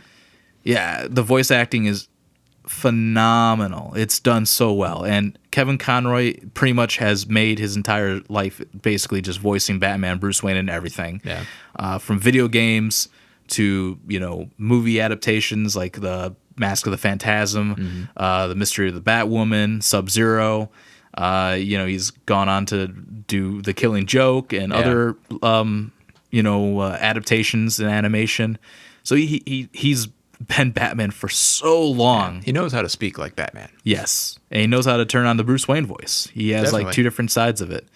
And he had this opportunity to portray a live action version, which was exciting.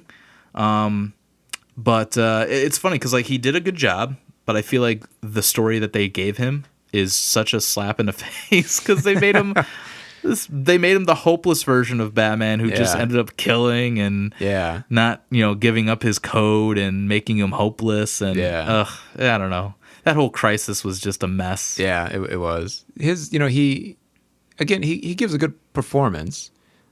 He's just was given a bad version of the character, I feel. And maybe we were just a little more excited about getting our favorite voice of Batman to actually play him in real life. Like we thought we were going to get the animated series version in real life. He's kind of inspired by the Kingdom Come version of Batman, at least in terms of he has like a big mech suit that's helping him walk. Skeletal. An exoskeleton. Yeah. Did I say ecto or exo? You said ecto. That's in Ghostbusters. Ectoskeleton. He's all gooey. He's I don't know. Ecto cooler. Ecto cooler Batman.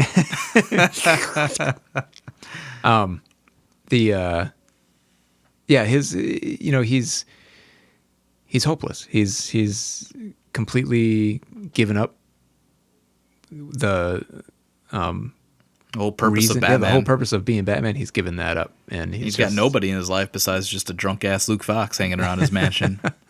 Yeah, my Kate, my Kate. She thought she could put on the cape and cowl. Yeah, that's where it started to lose me. Yeah, I mean, just all sorts.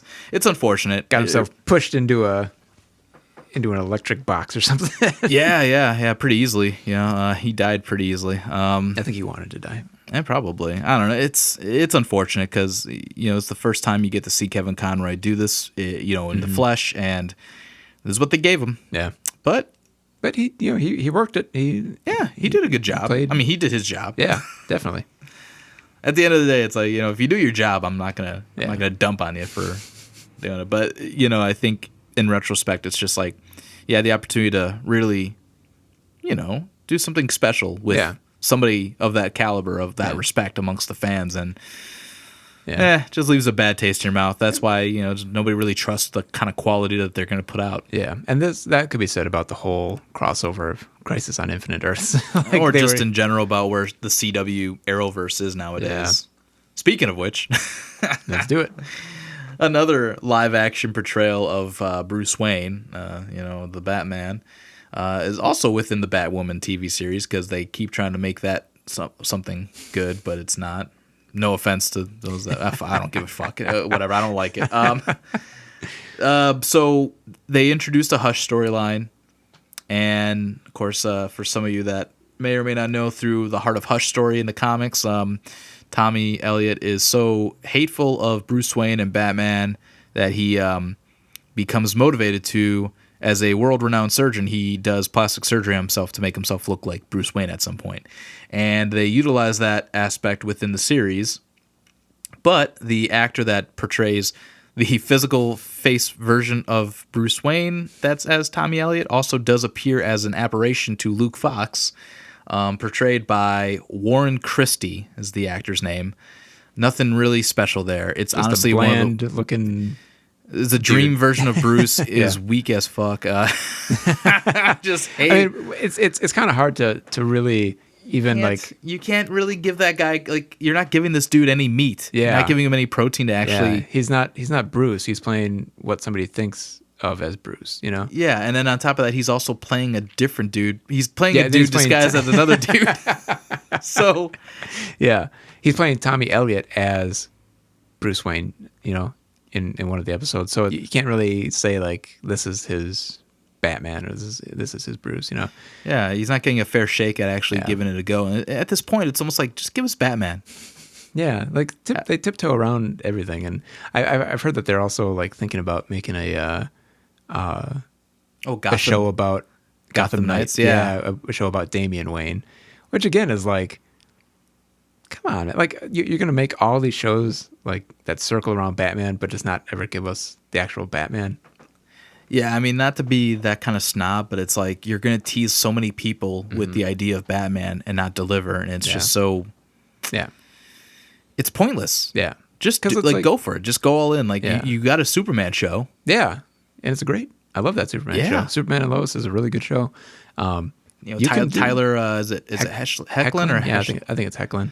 He's great. Yeah, He's a good dude, and he is a great actor, and he does a solid performance for Superman. definitely. Even the bit that we got within Crisis, one of the more brighter aspects with Brandon Routh being able to portray Superman once more. Even that was outstanding and fun. So, like, but even then, they kill him off in that. Like, yeah, well, I don't want to revisit that too much, but my point being is, like, if you're gonna use a grade A character like Superman, yeah, why are you guys so hesitant so to worried utilize about Batman? Yeah. You gave Fox a Batman eventually. yeah, You can't give Titans a full-on proper Batman. You can't give, the CW. CW a proper Batman to show Yeah. up from time to time.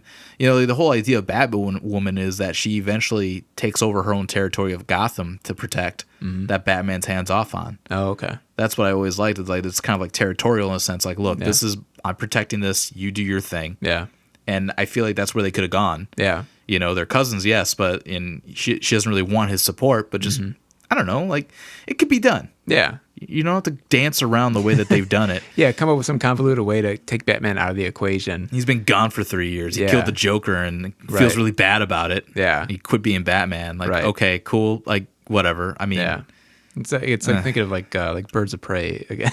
oh You know? my God.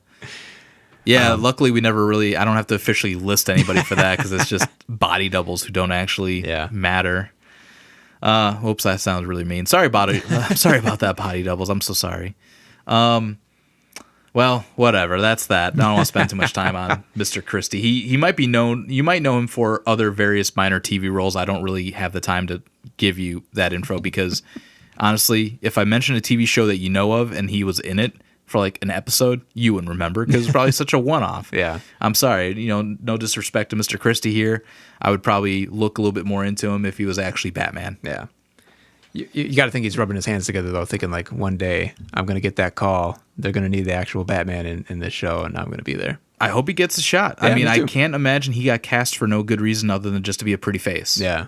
I would hope that there's some quality to his, that to his tryouts and Yeah, or and hopefully auditions. they're thinking ahead too, and they're casting, thinking like, okay, like we're casting Bruce Wayne in these like minor roles, and like where it's not actually him, but we got to cast somebody that can actually be Batman or Bruce Wayne, you know? Yeah. Because yeah. we're kind of locking ourselves in here. Like, this is what Bruce Wayne looks like. Yeah, I mean, last but certainly not, least, man. I mean, we've got upcoming Robert Pattinson as Batman. Robert Pattinson. Now, we can't really actually officially just kind of go on a limb here and say, oh, he's a great Batman. We don't really actually know yet. But he's going to be a great Batman. He is going to be a great Batman. I mean, listen, these trailers got me sold, man. Yeah, These trailers me too. got me sold. The TV ads have got me sold. The interviews with Pattinson, with Reeves, and everybody else. Yeah. Listen.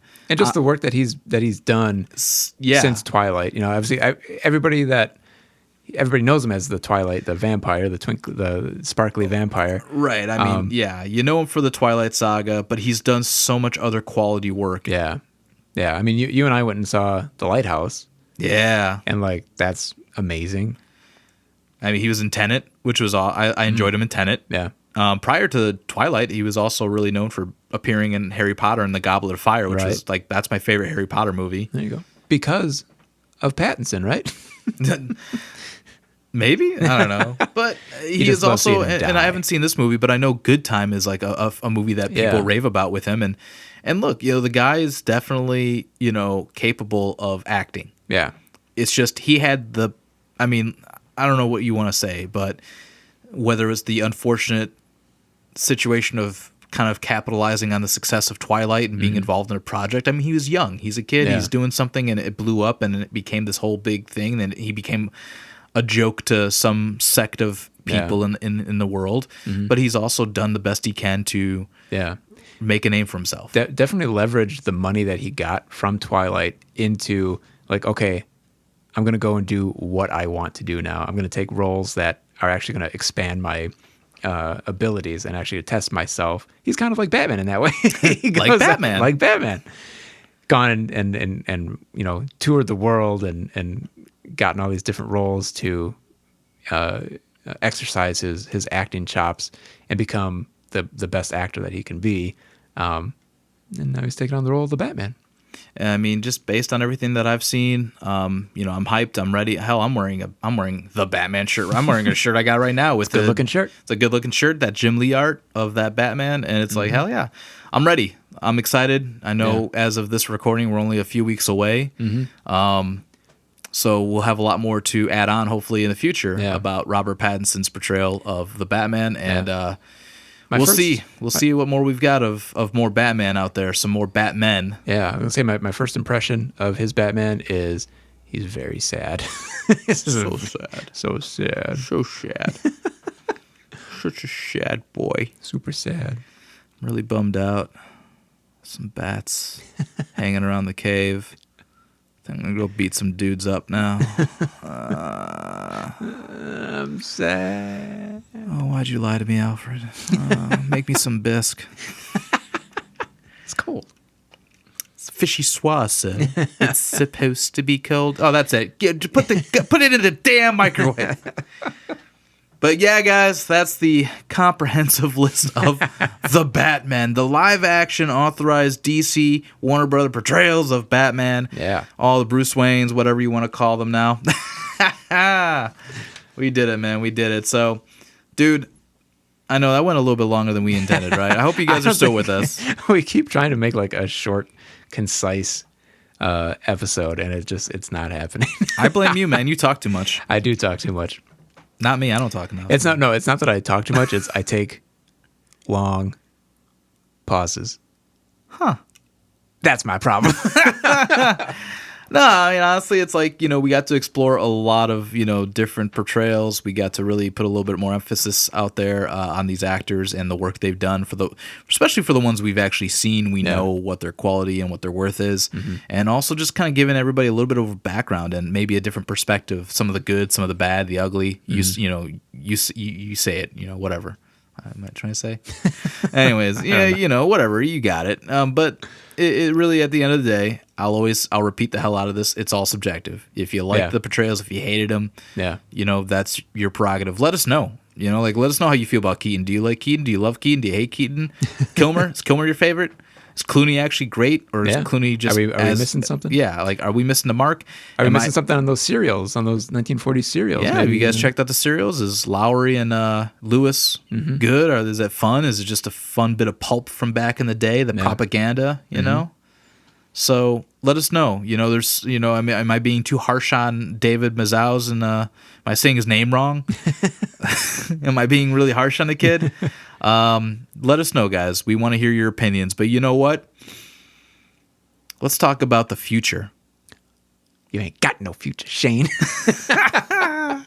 Hey, David, think about the future. Oh, no. And I'm talking about the next episode of the Chemical Syndicate. I'm talking about episode 4. Ooh. Yeah, we're almost on episode 4, guys. Yeah. And I am looking forward to this one. I'm always looking forward to these episodes because I love talking about Batman, but I'm going to look forward about this next episode because we're going to be talking about the Batman album made by the artist Prince. Yeah. Should I say the artist known as Prince? Yeah. Because you can say that now. Yeah. Because he or was is he also as, formerly known? He was formerly known, and now he is currently known as Prince. Yeah, guys, we're gonna be talking about the Prince Batman album. I want to talk about it now, but we gotta hold go back. and listen to it, and then we can all have a conversation about it. Yes. Let's divide ourselves, listen to it privately, yes, and then together, and then privately again, and then we'll get back together, talk about it, and then we'll listen to it again. Guys, do yourselves a favor. If you're listening to this and you're going to be listening to the next episode, do yourselves a solid. Listen to the Prince album. Yeah. Listen to the Prince Batman album, because then when we're talking about it and we're breaking it down, we'll all be on the same page, and it's going to be groovy. Groovin'. David, where can these people find us and follow us?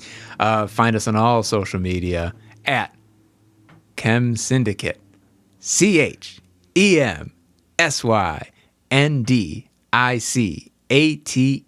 Chem Syndicate. Yeah, that's right. We're talking Facebook. We're talking about Twitter. We're talking about Instagram, Daddy. You can find us all on the platforms, if you will. Guys, thank you so much for joining us on this journey. It's a long one. We went through the whole list of all the live action portrayals. Hey, think of it this way. 30 years ago, all we had was George Lewis, Robert Lowry, Adam West, and Michael Keaton. And now we have so much more Batman. Yeah. We have so much more Batman. I don't even know what to do with them anymore. But let's be grateful because the future is bright. We got some returns. We got some exits. Mm-hmm. We've got a whole lot of debuts with people as Batman. We got a lot more on the way. A lot more to enjoy. Thank you for joining us here at the Chemical Syndicate. We are a Batman podcast. We'll see you for episode 4 when we talk about Prince, the Batman album. Take care, guys. Love y'all. Bye.